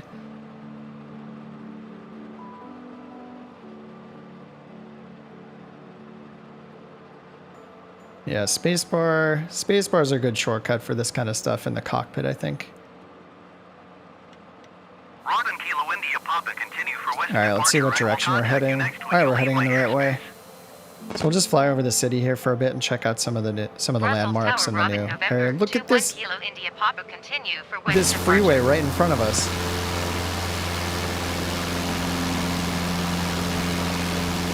Oh, so I put my flaps down by accident instead of up. Excellent move.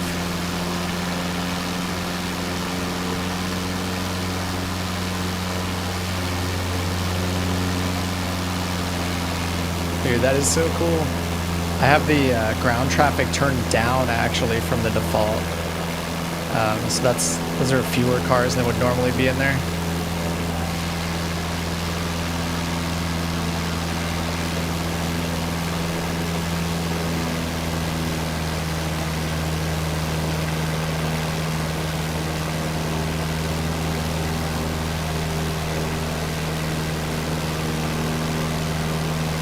I hope you guys are getting good download speeds on your updates. I know it can be pretty hit or miss for a lot of people.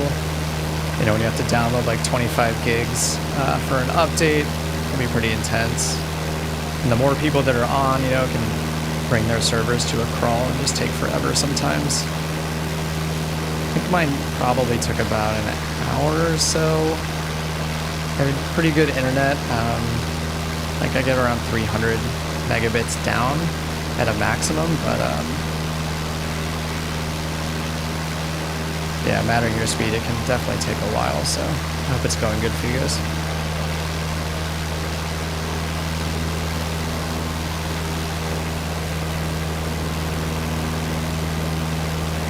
Easier on the CPU if you lower the traffic settings. Oh, that makes sense. Yeah. I did turn them down just a little bit. Sorry, let me interrupt this really quickly, see what I have them at. It's under traffic. Yeah, so I don't have them down that much, just like 40. Road vehicles is, I assume, probably the most impactful. And then I lowered the airport, ground, and worker density a bit too. Maybe I could even take those down even more. So yeah, usually, especially when you're at a smaller airport, it can be a little ridiculous. They're just like, you know, so many workers just crew on the ground and like tons of planes at just a little airport. It's kind of funny. Oh, yours is done? Awesome, man. You're gonna VR it up? You are leaving my airspace. Frequency change approved. Okay, I can see one of the like big cathedrals over there on the right. Tower, Robin, November, Make our way over there. India, Papa frequency change. Yeah, I can see the stuttering coming in now. I'm still on ultra settings, so it's going to be a little more choppy than usual.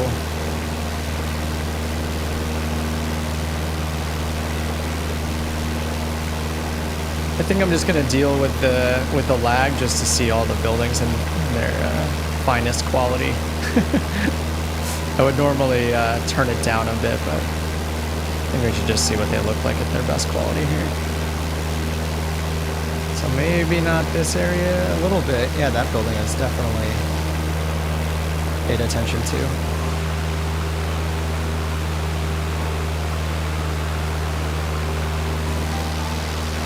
Brussels approach Robin, November, 1 Kilo India Papa is type Robin Cap, head 6 miles southwest of Oh yeah, Preston, if you want to try 1,100 to feet. intercept me, I'm on the Charlie US West airspace. multiplayer server. Robin November to 1 Kilo India Papa Brussels. Sometimes when I fly around Europe and stuff, I'll switch to the European multiplayer server just to get some more Squawk multiplayer 7242 traffic in Robin, there. Kilo India Papa. I mean, the people playing in multiplayer, most of them are going to act more realistically than the live traffic that gets programmed in. Some of that stuff just, yeah, they're just, sometimes there's just an insane amount of traffic with the AI traffic and the live ones, and they don't space you out with ATC, so you'll get like a go-around because there's just an endless stream of flights coming into the airport you're trying to land at. Can get a little weird. See if I can get a little closer to that. Whoa, it's glitching out a little bit. I think it just loaded a bunch of data in. Yeah, I don't know if you guys see that flickering, but it's kind of like flickering on and off. I think it's just replacing things.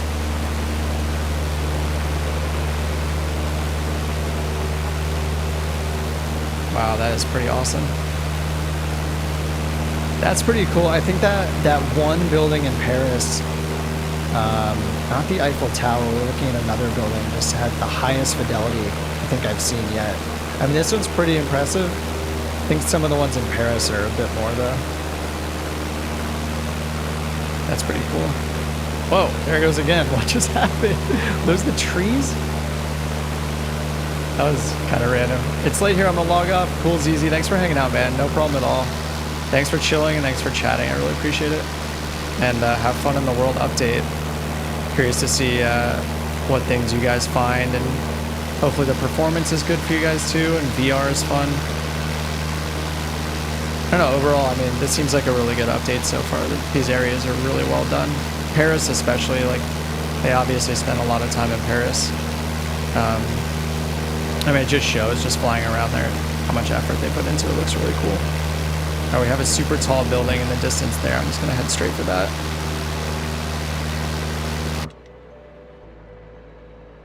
Yeah, I think someday I'll probably cave in and try VR. I've been resisting it for years. Partially because like the tech was new, you know, it's been new for a while. I feel like they're making a lot of improvements lately with the newer ones. I'm just kind of waiting for like the next gen VRs, I guess. That might be right now. I don't actually know, but I'm sure they're better than when I was thinking about it years ago.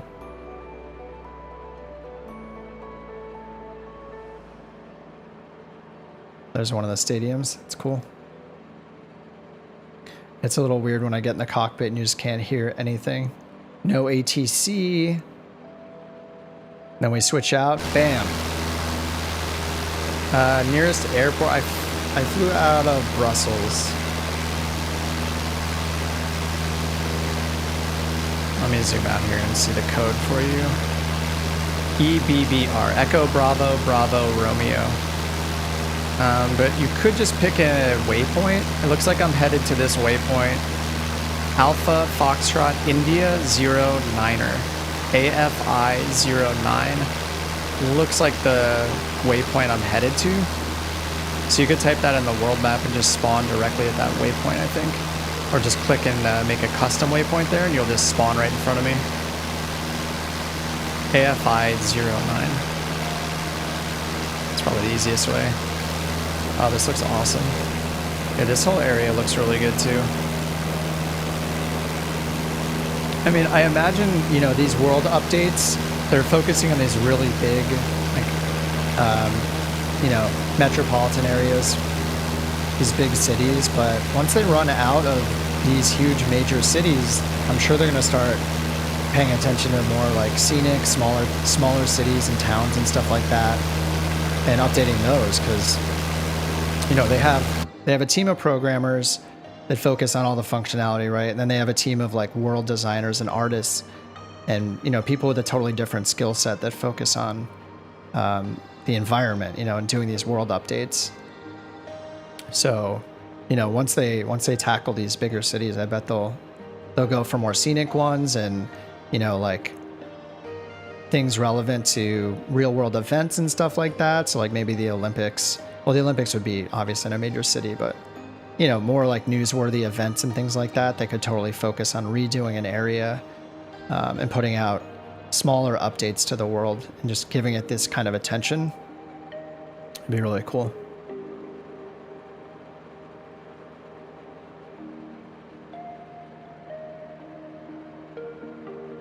Not sure what building this is, but this is, it seems random that it's way out here. Like, feels like it's in the middle of farmland, and then there's just this giant tower, which I'm not sure what this is.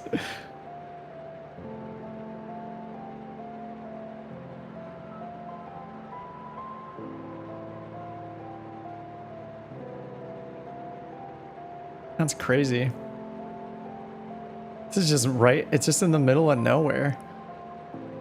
Is there a helicopter landing pad? I haven't tried one of the helicopter mods, or air, yeah, like the free helicopter add-ons yet. Pretty sure there's one or two of them though. That's pretty cool. I have no idea what that building is.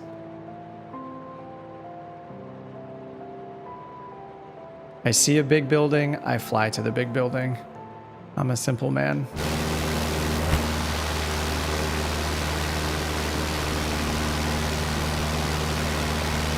Let me turn on the nameplates really quickly just in case you pop in here, Corey. I don't really have a plan for what to do next. I guess there's still Luxembourg, so we can go check out one of those in a few minutes. I'm gonna fly back towards the, just the main area, the main part of the city here.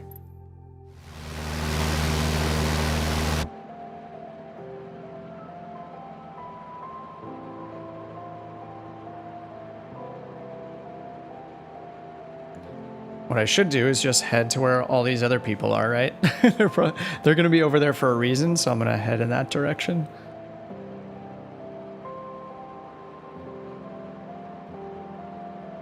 I wish I hope they improve the nameplates later, like the multiplayer names where they minimize or something. Like when they pop up on your screen, maybe it shows the name and then it goes away or becomes way less, just way smaller. Or, you know, maybe it becomes something you just see next to their, you know, plane icon on the VFR map or something like that. They get a little busy sometimes, so I usually turn them off just because they're kind of, they break my immersion, you know? All right, we'll see. It's hard to tell how far away people are in multiplayer too, so they could be, you know, 100 miles away potentially. We'll just give it full throttle and see if we can get over there.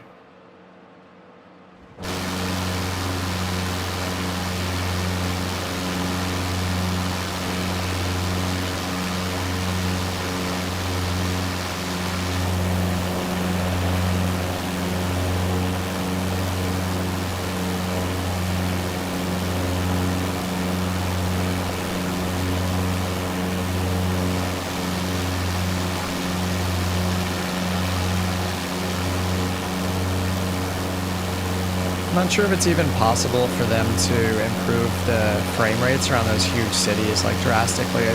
I think, you know, for those of us that have the NVIDIA cards, you know, if they get to a point where they integrate DLSS, that's probably going to be the biggest improvement we can ask for. DLSS will, I think it gives people like 50% more performance or something like that, because it, you know, it's basically, I think how the tech works is that it kind of, the video card itself kind of upscales all the graphics. So it actually asks the game for a lower resolution, and then the AI or the machine learning or whatever drives the DLSS technology upsamples it to make it look as good as it did at higher resolution. But you're actually running at a lower resolution as far as the game is concerned. But it looks just as good or better. So it's, yeah, I think that would be one of the biggest performance improvements. And I haven't seen it on their list, so I don't know if it's just something that they're doing and not talking about. Like we should just assume they're doing it. I don't know. I hope they do that this year. That would be really helpful for the big cities.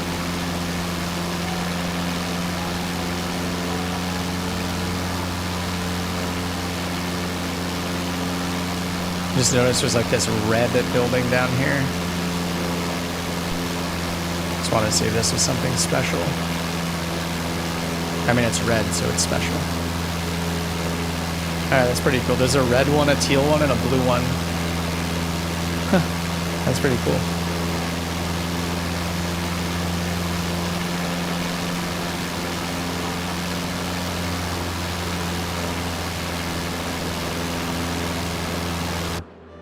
And let's go check out what's over here.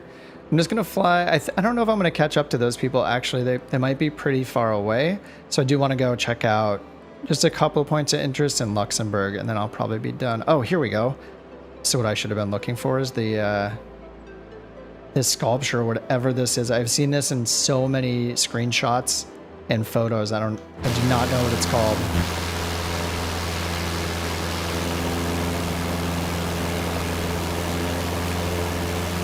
Oh, and the stadium's right next to it. That is so cool.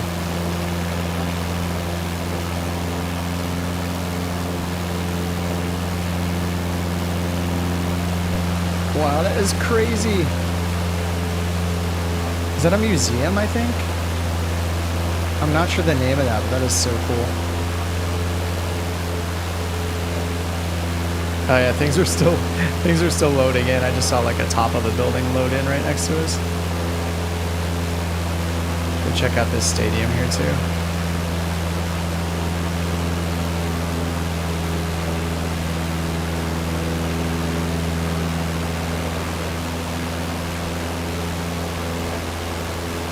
That is slick. Perfect turf down there. Look at that. Impeccable.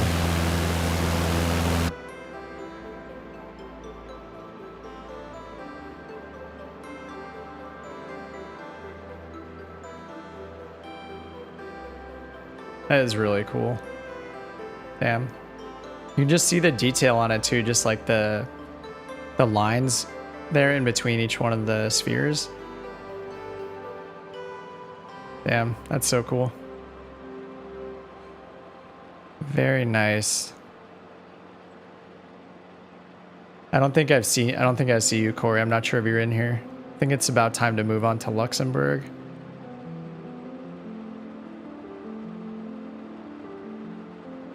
Yeah, you can see it glitching, right? It's just yeah, wow. Yeah, it's just flickering. I think it's just trying to load in all the data.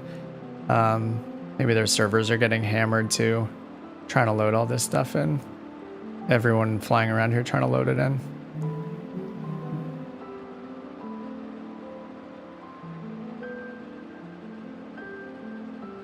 All right, cool. I'm gonna go check out Luxembourg lastly.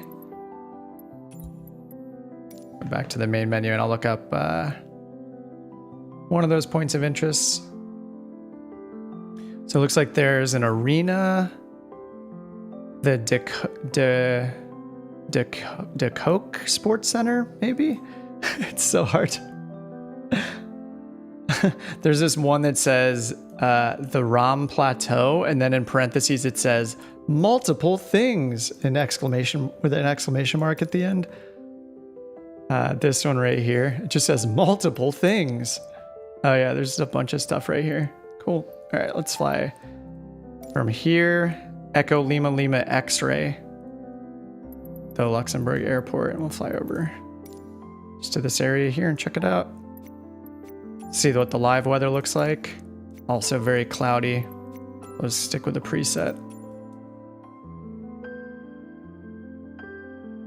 I'm gonna make it more towards dawn too. All right.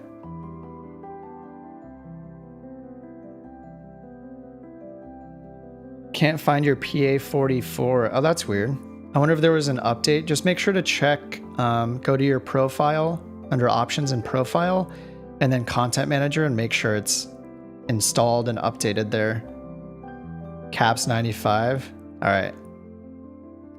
Yeah, the PA44, that's a little beyond my capability. Like any twin engine, I'm just kind of like a little uneasy. A complex aircraft, I'm a little more uneasy on those. So I tend to stick to the single engine light ones. But it's cool. I want to see more Pipers. Like my partner flies the Piper Archers. And it'd be cool to see one of those, and one that's not, doesn't have a constant speed propeller would be cool. So I'm usually flying the like 172, the SR22. I think the Cirrus is great. I like flying that one a lot. And then I'm gonna fly the Diamond DA40 quite a bit more too, I think. Luxembourg Tower, Robin, November. 21 Kilo India Papa ready at runway 24 west departure. Whoa. All right, letting it load in. I really wish there was almost like an indicator you could turn on when it's loading or not. Okay, it's a lot more smooth now.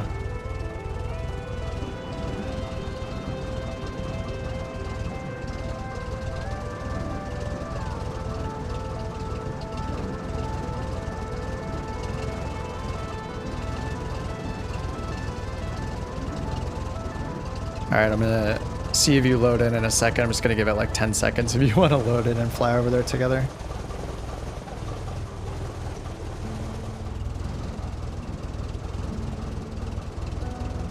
I like picking sunset too. I mean, I feel like you always need clouds and optionally sunset or sunrise. It just, the game looks so cool. And I think I'm still on ultra settings. So we'll see how this holds up when we get towards the city. I think we just take off and fly. Yeah, we just make a slight right turn and then everything should be right in this area past this river right here.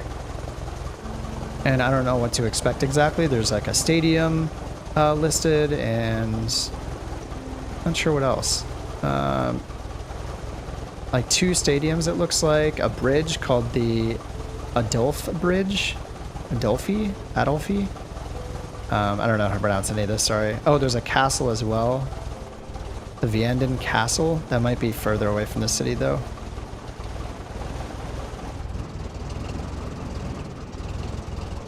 Yeah, I'm on USA West.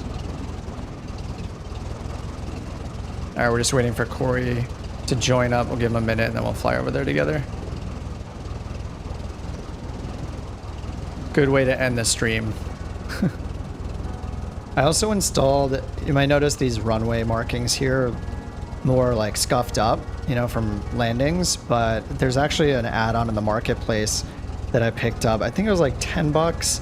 But it updates all of the runways and all of the taxiway markings with like new signs, I think it's new signs, new like hold short markers, and all the new like runway textures and stuff are just a little more detailed than the default one. So I've been using that and it looks pretty good so far. And I noticed it also is on not just the paved runways, like the longer, more hard runways, but also some of the dirt. I think the dirt and grass ones might even be updated. Could be wrong. I might need to double check that, but I definitely like the upgraded runway textures. Are pretty awesome.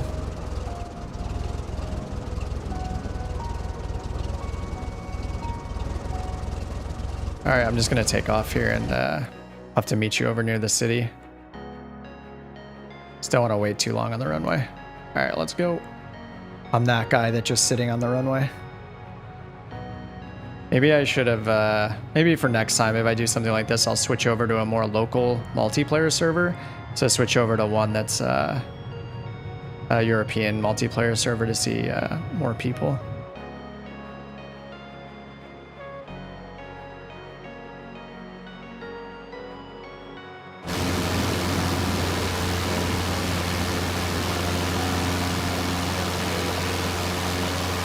Alright, so it looks like we just head this direction. Oh, is something messed up with your multiplayer? Alright, not a problem. Definitely do more live streams after this one. I think it's been fun, and I hope it's been useful. You know, it seems like people enjoyed watching and hanging out, so it's been great. You guys are super active in the chat, which is really appreciated. Luxembourg Tower, Robin, November. Alright, yeah, we're just gonna fly over this direction, see if we can spot one of these stadiums. It'd be cool to find that castle, but I might have to respawn to find it exactly. I tend to go back to the world map a lot and just plug in the points of interest and spawn right near them, just so, you know, so I don't spend all day looking for these things.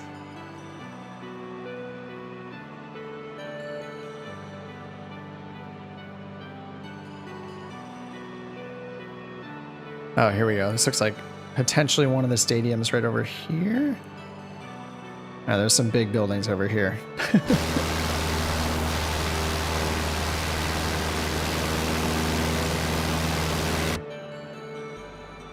Wow, that is cool.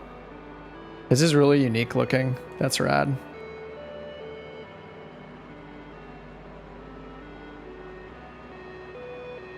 Awesome. There's like train tracks running there to the left. See if there's like train tracks, like a double. Oh, is it a freeway? I can't actually tell.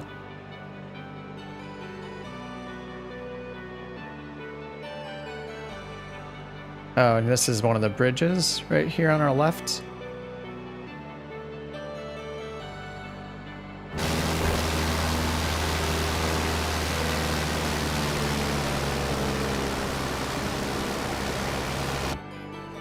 This is a horrible idea. I'm way too high to make another pass. Well, look at the the road is under the bridge. All right, that's a little messed up. Maybe not too nice to look at. Man, what is going on over here too? Whoa, what? Is it supposed to be like this? All right, I'm not sure what's going on here.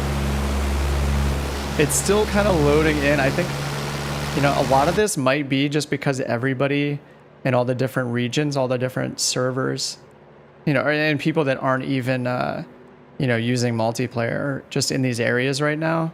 Maybe it's bogging the servers down. It's just not loading everything yet. Definitely some weird stuff going on. Okay, I think it's loaded in a little bit more now. That was interesting.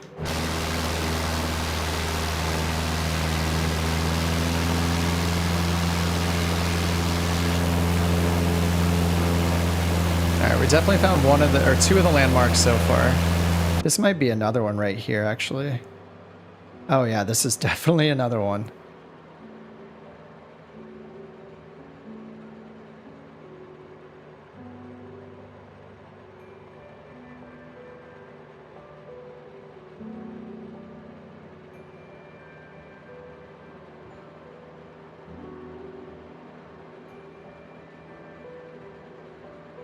That's pretty awesome.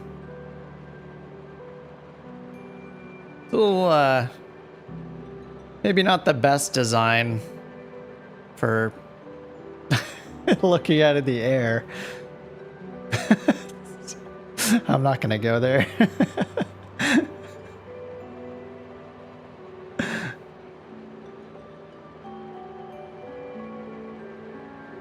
Hey Kyle, what's up? I'm on US West in Luxembourg. What was the, I forget the airport code already. Echo Lima Lima X-ray. And I just flew west here to this waypoint, Custa. You see that on the VFR map. But I'm on US West because I'm on the West Coast. So that's my multiplayer server. I'm not sure if that's one of the stadiums or not. And just more like a track and field, like an open field. All right, so we found that building in front of us, which this one is awesome. This is number one so far. The bridge is number 3 because the road under it just looks horrible. Maybe it's still loading in. I could go check it again. But this building right here is really cool looking. You can even see like the reflection off the glass on the front right there. It's really cool. Nicely done. Oh, your game's crashing? Mine crashed a bit, so I had to actually clear out my entire community folder. The culprit for me was RealSimGear. I have some of the RealSimGear hardware, and their plugin is crashing the sim with this update, so they're gonna have to update it. I just deleted everything from my community folder. You kind of just have to do that after each update, just because, you know, those developers need to update for this update and then make them compatible. So I would try that. Go and delete those first. Oh, were you in here? Where are you at? Shin kicker? Is that you? All right, let's see if I can find a couple more spots here. Oh yeah, like this giant building right here. It's hard to tell sometimes. You have the 530, 430, and 350. What's the 350? I have the 530 and 430 as well. Oh, RealSim. Yeah, I had to delete my RealSimGear folder from my community folder. The game will just keep crashing until you delete it, unfortunately. I think I read on the Flight Sim forums that somebody said that they're already working on it. So, oh, the audio panel. Yeah.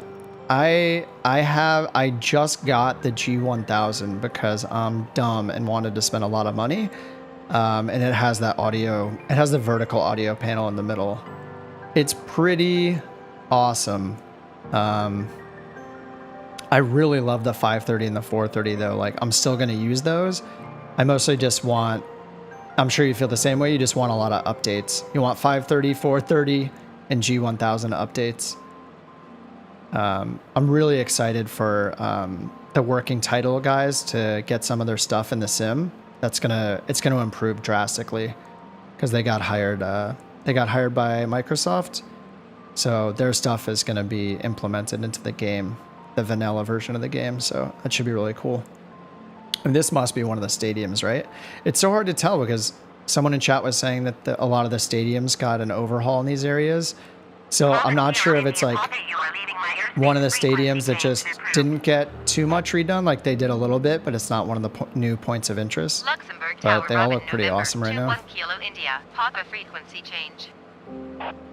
And just, yeah, this is reminding me more of what we saw in Paris, where just like all of these buildings look like they had attention paid to them for the most part. Like I don't see any weird glitches or anything with pretty much all these buildings that we're flying by right now. So that's pretty awesome. Yeah, Paris is incredible. I'm gonna fly around Paris a little more. I think after this I'll go back to Paris for a little bit for some daytime and see if I can find Notre Dame. I think that'll be pretty cool. Almost went the G1000, but you wanted to build an analog physical 6-pack. Oh, that would be awesome. Yeah, I think that's partially why I like the G1000 is you kind of get that. But yeah, if you want the Steam gauge stuff, that's really cool. I've used some of the iPad apps for that stuff. There's like a few iPad apps where you can like build your own 6-pack. And that stuff's pretty useful, but yeah, having the real things like the, kind of the mock hardware there in front of you will be really cool. People over on the Flight Sim subreddit would probably love to see that once you set it up. People post photos of their setups there all the time, and I'm sure people there would like to take a look at that when you set it up. Oh, with steppers? That's awesome. You're just meaning that the all of the controls on them click, right, when you're turning them? Is that what you mean? Oh, you did post it? Nice. Can you post the link here? I'll check it out after the stream when I have a chance. I don't think I've looked at this subreddit in maybe 2 or 3 days. Hopefully the link will go through. I don't know what the YouTube chat rules are or whatever, if it'll let the link through or not. I haven't really messed with the settings. All right, cool. I think that's enough for Luxembourg for now. I'm not sure where the castle is. I think I'm gonna look at the castle first. I'm just gonna plug that name in. The steppers control the gauge needles.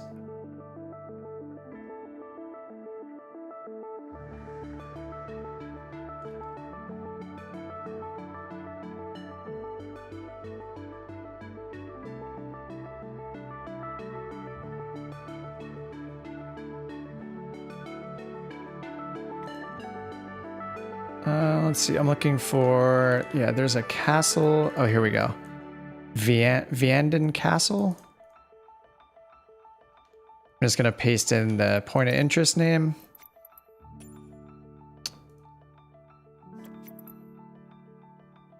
All right, here we go.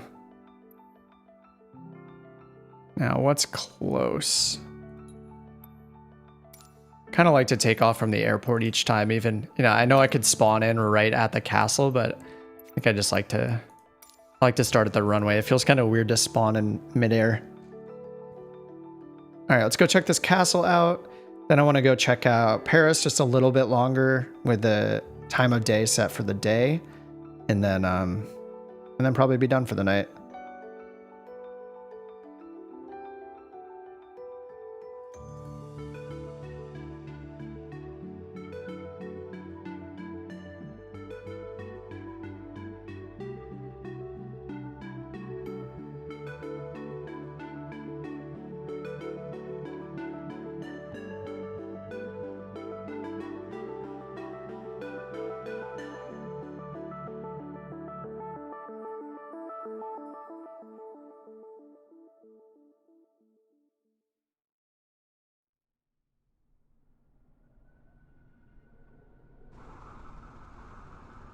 All right, so we're loading in here. I am not going to try to pronounce it. Whoa, this is awesome looking. This looks so good. All right, so I just picked the airport nearest to the castle with a waypoint to the castle. So we can just go check that out.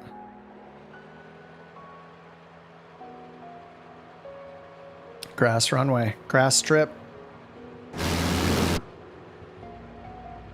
How do I know if I'm straight on the strip still? I'm definitely not straight on the strip because there are trees right in front of me. All right. Okay, it's a dirt strip. Man, you just can't see anything in those. It's so challenging. All right, in which direction? All right, we just head this direction. Cool. All right, there's a castle out here somewhere.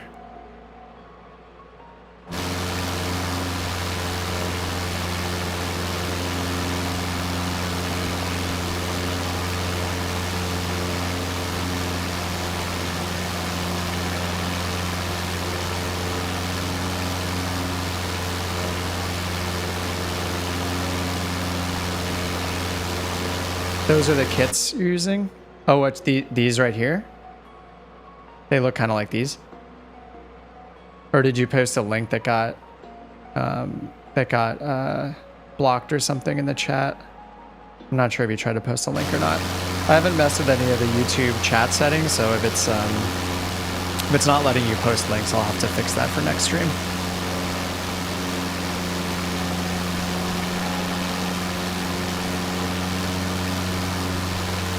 Oh, you did post one? Yeah, let me just trim this out a little bit and see if I can check those settings. Yeah, probably just blocked it. It's probably a setting with the chat. Let me see if I can fix that.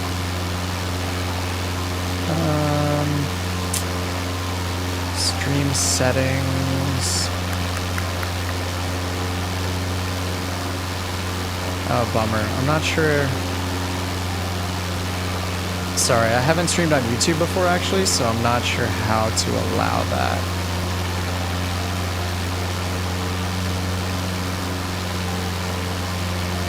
I don't see any kind of message or anything. Sorry, I'll maybe you can like put in your Reddit username or something if you want. I can look it up that way. If you want to share that. All right, the castle should be right over. Oh, this must be it right here. Yeah, that's it right in front of us.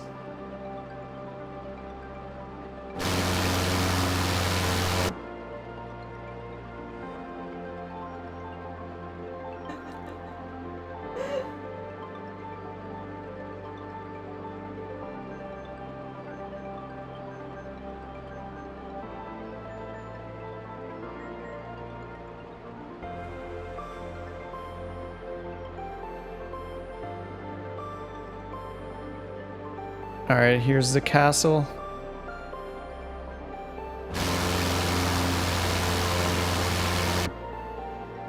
I'm gonna do a helicopter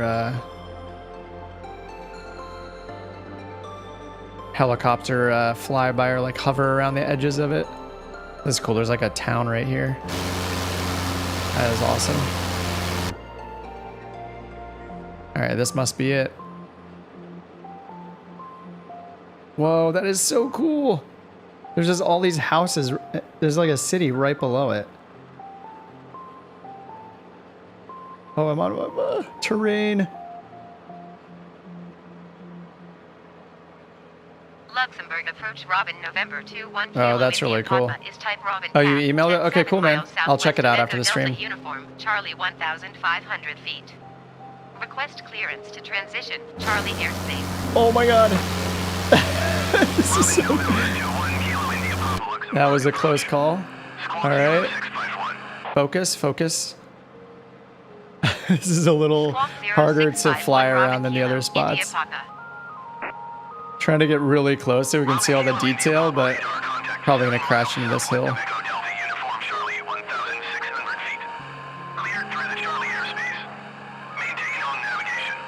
That's pretty cool. I think some of the other castles might be a little more detailed, but I mean, I think the terrain around here is the cool part, more so than the castle itself, you know, like just this whole area looks so cool. The way this valley is kind of carved out. It's pretty rad. Nice. Oh, there you are.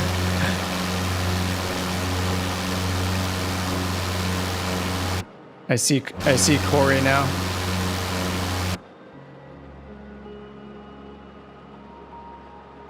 I guess you got in this time.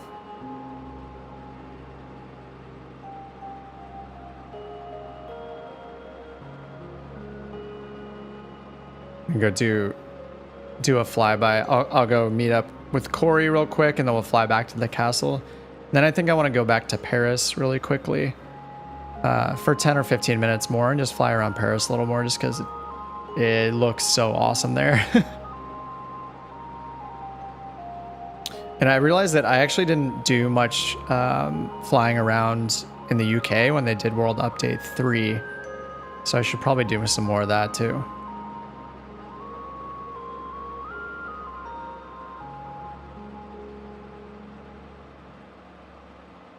Dude.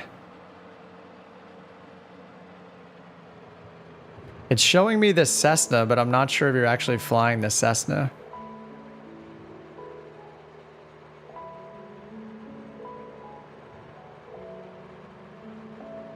I think that's the Cessna. I can't tell. We're a little far. Try to catch up.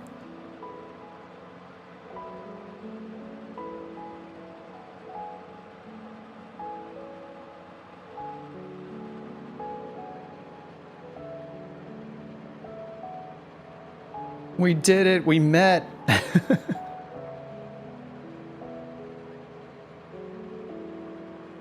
I haven't done any of the fly-ins, but I know the Microsoft Flight Sim team on their Twitch, on the official Twitch for Microsoft Flight Sim, they do group fly-ins. I think it's like once a week, actually. They're usually during my workday here in the US, so I could potentially jump on like over a lunch break or something.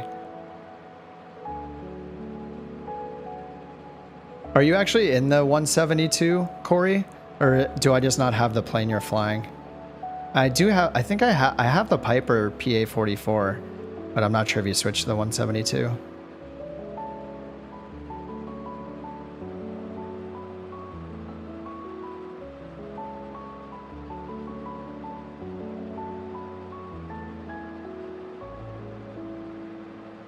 Oh, you are in the 172? Okay, cool.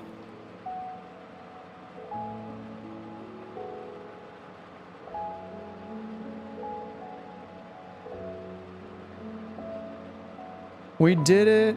I'm trying to get a little closer.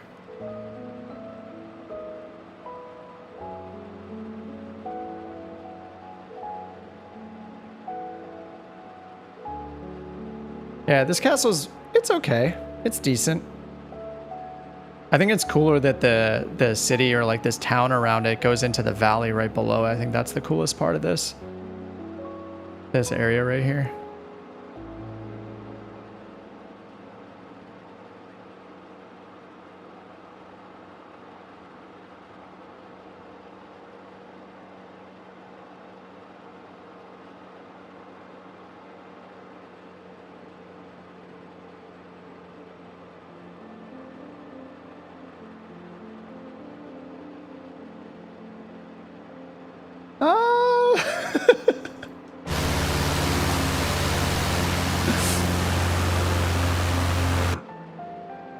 I made a close call with the terrain, then I made a close call with the quarry.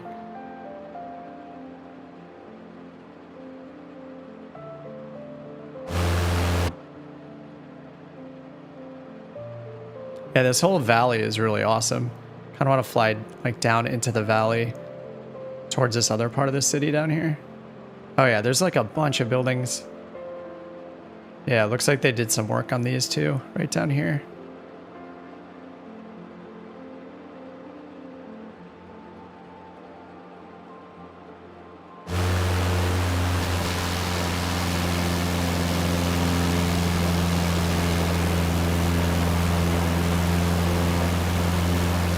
That's really cool.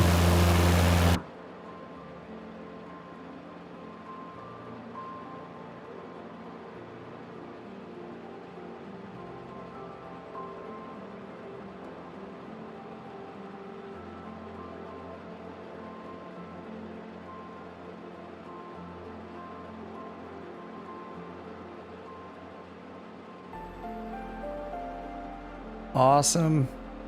Oh man, the water looks great here too. I think part of it with the updates, they do pay attention to some of the water areas, like the rivers and some of the lakes and the shorelines and stuff like that.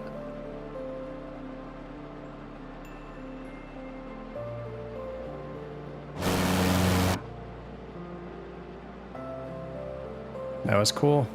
All right, I'm gonna fly around. I'm gonna see if Corey wants to catch up here. I haven't done any formation flying either. That's like a totally separate skill too. It's gonna take some working on getting that going. So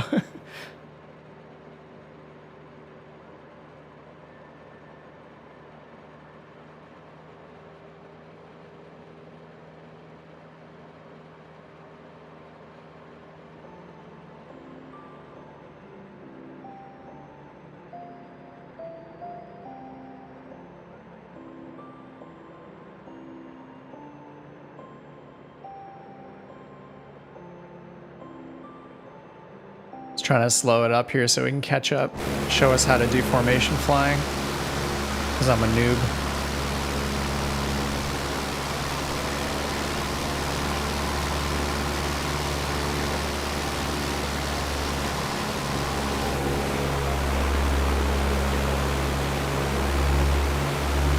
I just need to do an S turn.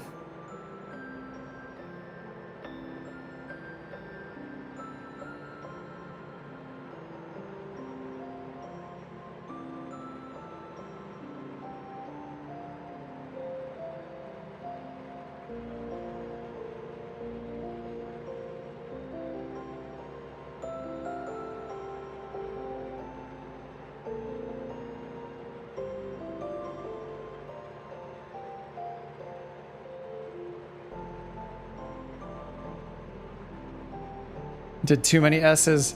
That was really cool.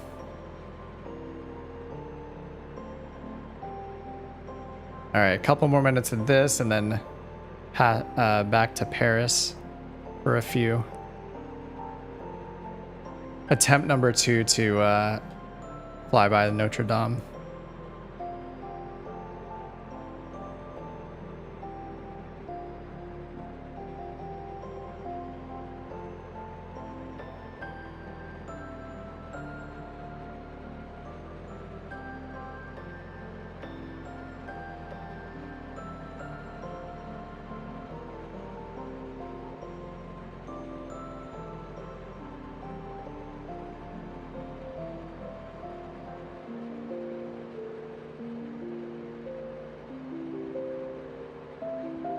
Yeah, Kyle, I'm in Southern California.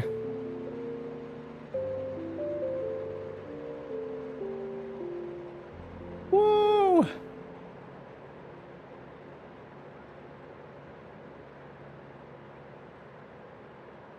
Where'd he go? I can't be trusted to fly in formation. This is what happens. Oh God! Good thing there's no collisions, right? Yeah, I think yeah, most of my videos are down in like the LA area and up the coast. Central Coast. I like flying around Santa Barbara and north of there, like Santa Maria and up that way. And down in LA because the airspace is just so crazy.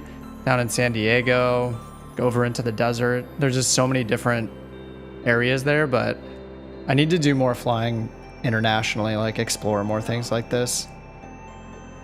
Oh, you live near Burbank? What's the closest airport to us in miles?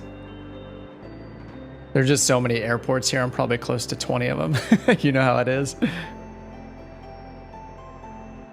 Oh, from wait, is SMX Santa Maria? That was your first what, solo? Okay, my partner's, she flies, and her first cross country or long cross country was to Santa Maria. From LA up to Santa Maria.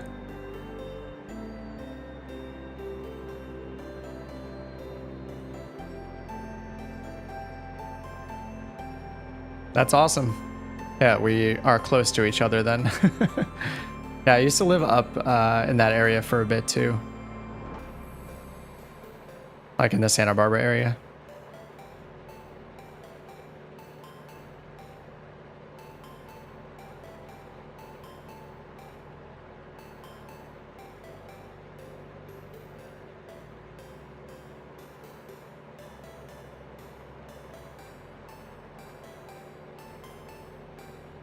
And the multiplayer real time is kind of, it seems pretty responsive, like to react to each other, and it seems like the network code is pretty good. I've seen some of the fly-ins, the community fly-ins they do on the Microsoft Flight Sim channel on Twitch, and there's just, you know, like dozens of people. Do I know Orchid? No. Do you know where Orchid is?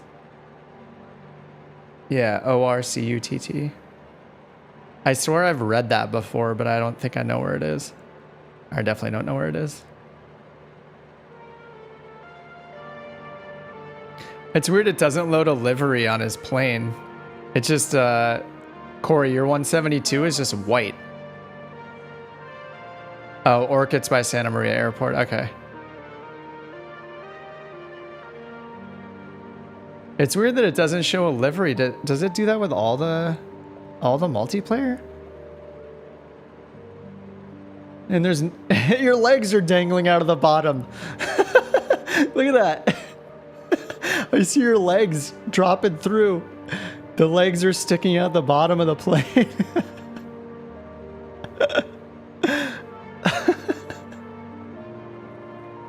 That's so funny. Oh, the legs are gone. I think they just snapped into place.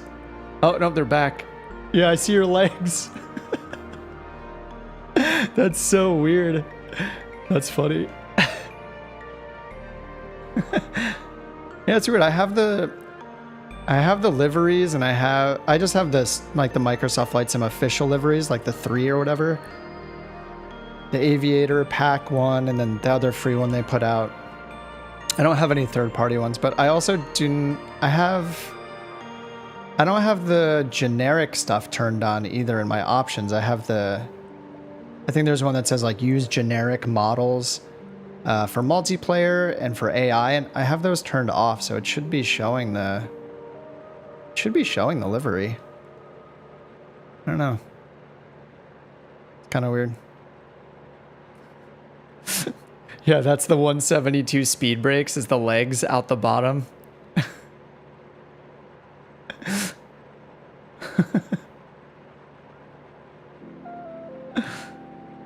All right, I think it's time to go back to Paris to end the night at Paris, just because there's so much to look at there.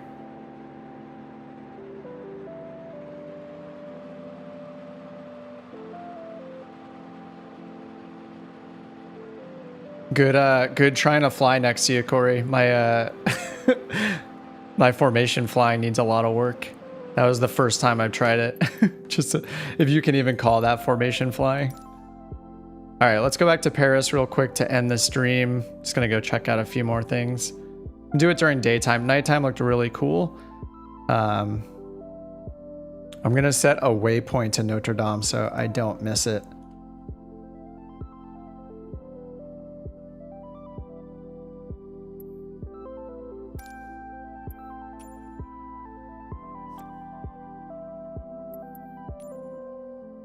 Oh, sorry, I have to add it here in the waypoints, or here in the search box to find it. All right, set it as my arrival.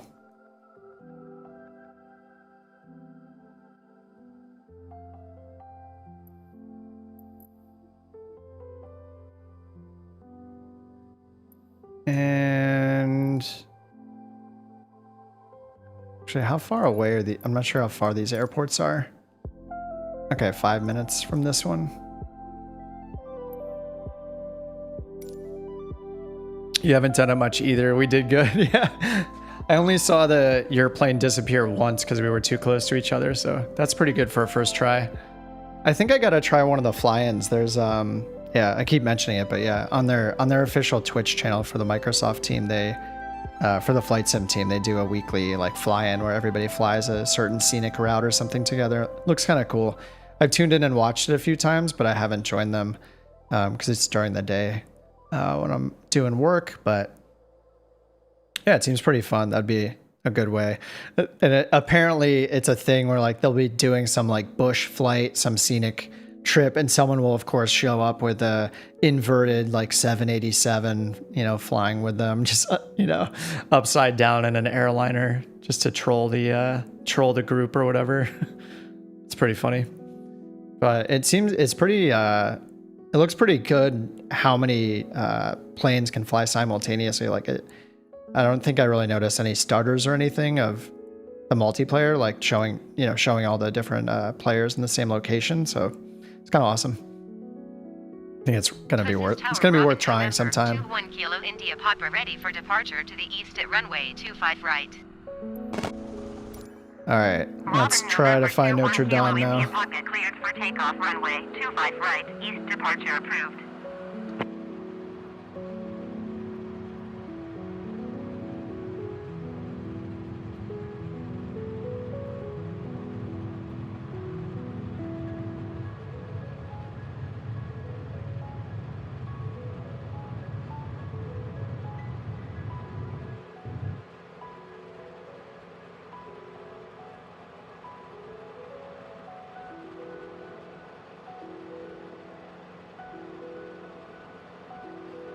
All right, we're gonna turn around. I'm not following the traffic pattern rules here. I'm just going right for it.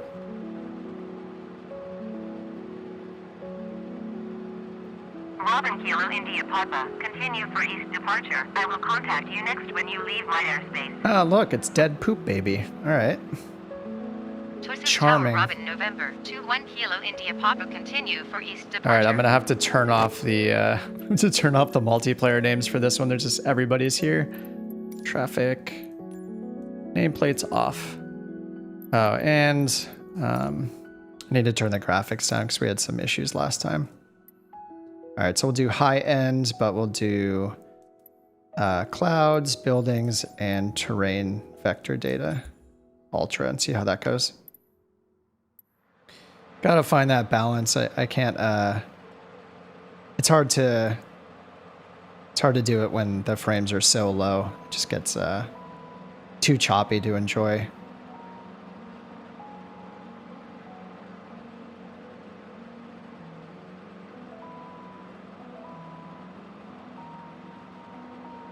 All right, so I did fly around Paris a bit earlier, and the two things that I failed to do, one was find Notre Dame. We flew past the Eiffel Tower and kind of that whole area, that more dense area in the middle of Paris there. And then, yeah, I failed to find Notre Dame, and I failed to fly through the square building. So I'll have to do those two things before I end the stream. We did check it out during daytime and nighttime, and both look awesome. There's some buildings with like different colored lighting, like blue lighting, and the Eiffel Tower has like this really golden colored lighting on it that looks really cool. So that might actually still be on right now, since I chose like a dawn hour here.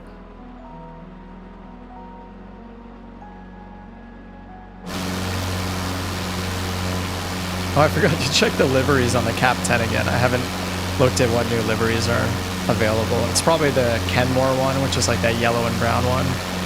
And then the Aviator Pack Blue, the blue and white that you can get with all of them.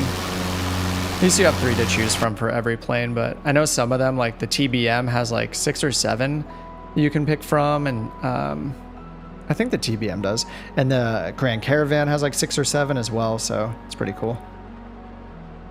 I like when they did those liveries. I hope they do more of those, just because I'm mostly too lazy to do all the livery mega packs and keep them updated, and the more of those that I add, I feel like it like slows down the load time of the game and stuff. So I try to keep it pretty slim on having too many of those installed.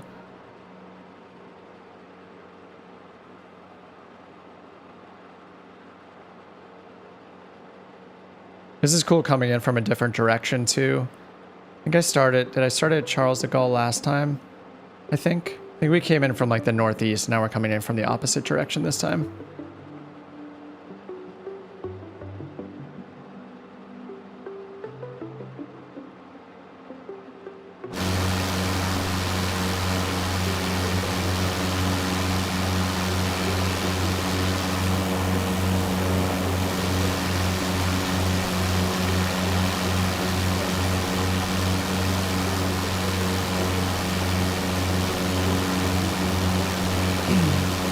And there's everyone circling the Eiffel Tower, as expected.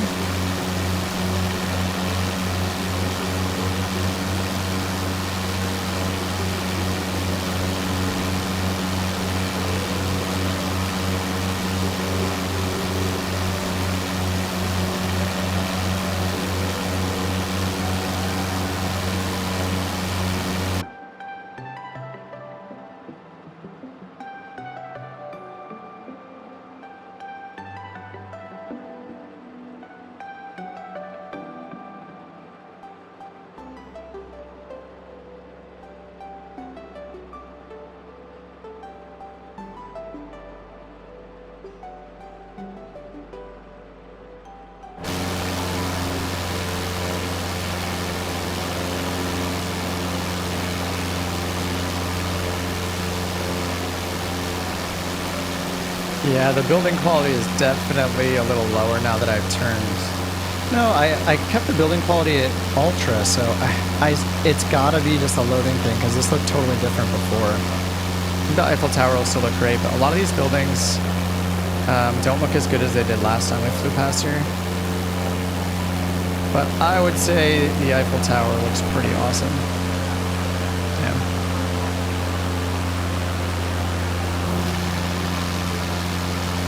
Alright, now I can go find Notre Dame.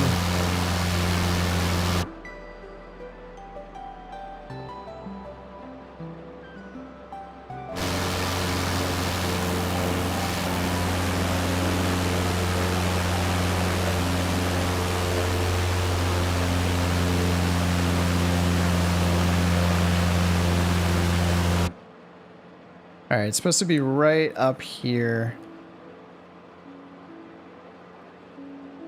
Right past these 2 bridges.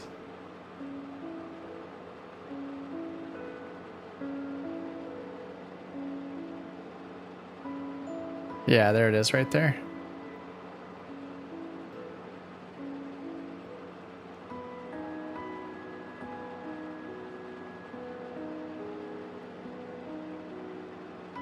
I did it, I found it. Only took 2 tries, you know. I think it was just harder to see at night too. Maybe it's not as lit up as I expected it to be.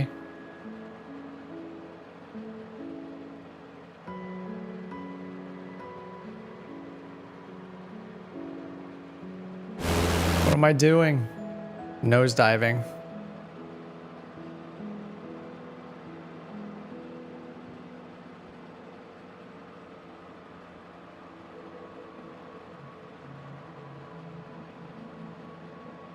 Yeah, I'm curious to see if this gets better. I'm going to try it again tomorrow and see if the buildings load in any differently, but yeah, I feel like there's some problems loading in right now. It's pretty awesome.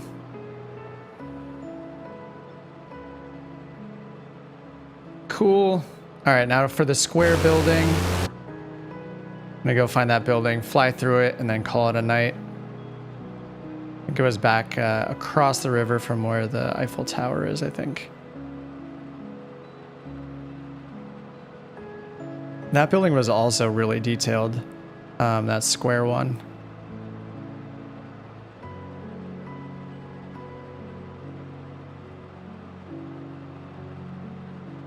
Whoa, what is that?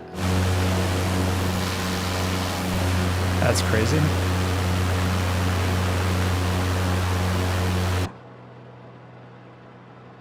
Yeah, when they do these overhauls too, it's just impressive because a lot of the buildings look like they could be points of interest just because they're so much more detailed when they do these updates.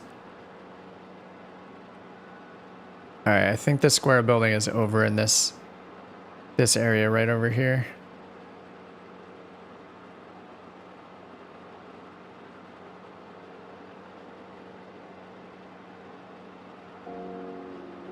Yeah, there's just so many unique looking buildings here. I think that must be a point of interest right there, that building. Maybe that one? I don't know. This one looks kind of unique. Ha ha ha. All right. Let's head over to this spot. Find the square building. Oh, I think I see it right there. We're looking right through it in the distance. There'll probably be... How many more people? One or two more people flying through at the same moment as us, maybe? Yeah, you can see it right there in the middle. Good luck, everybody.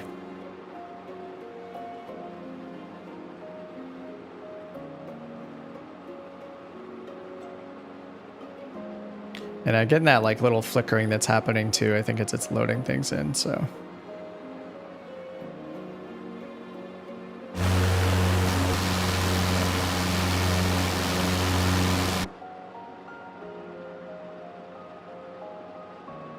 And this whole area looks amazing too. It's beautiful.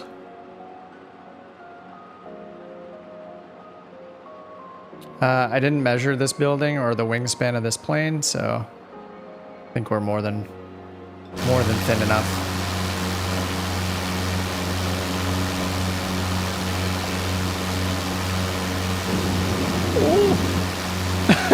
Did it just scrape the tail? It looks like it just scraped the tail. What was that?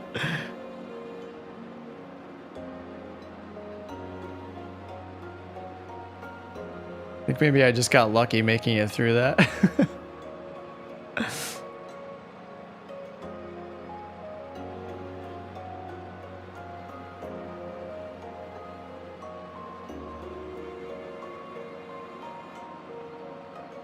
I have a feeling that's Corey behind us. I could be wrong. If it's you, hello again, sir. I turned the traffic plates off for now. Dude, this whole area looks amazing too. Perfect spot to end the stream in this area. This is great. Yeah, so if you haven't downloaded the update yet or you're still working on it, I would definitely fly around Paris first. I think they spent most of the time here. Yeah, it looks really good. And then if you go to the official release notes, you can just look up all the points of interest that are listed and then just enter them in that search box on the left side of the world map to just find them. So tonight I've just been setting those points of interest as a arrival mark just so it's on my world map, and then setting a nearby airport as the departure to do the takeoff, and then just look at the VFR map to fly to them. So it'll have that, you know, the point of interest as your arrival and programmed in, so it's in the VFR map there. So you can easily get to it and find it. Or you can just click it and set it as your departure and just spawn in the air. That's the fastest way for sure. Yeah, it is you, Corey. I figured. Did you make it through the building?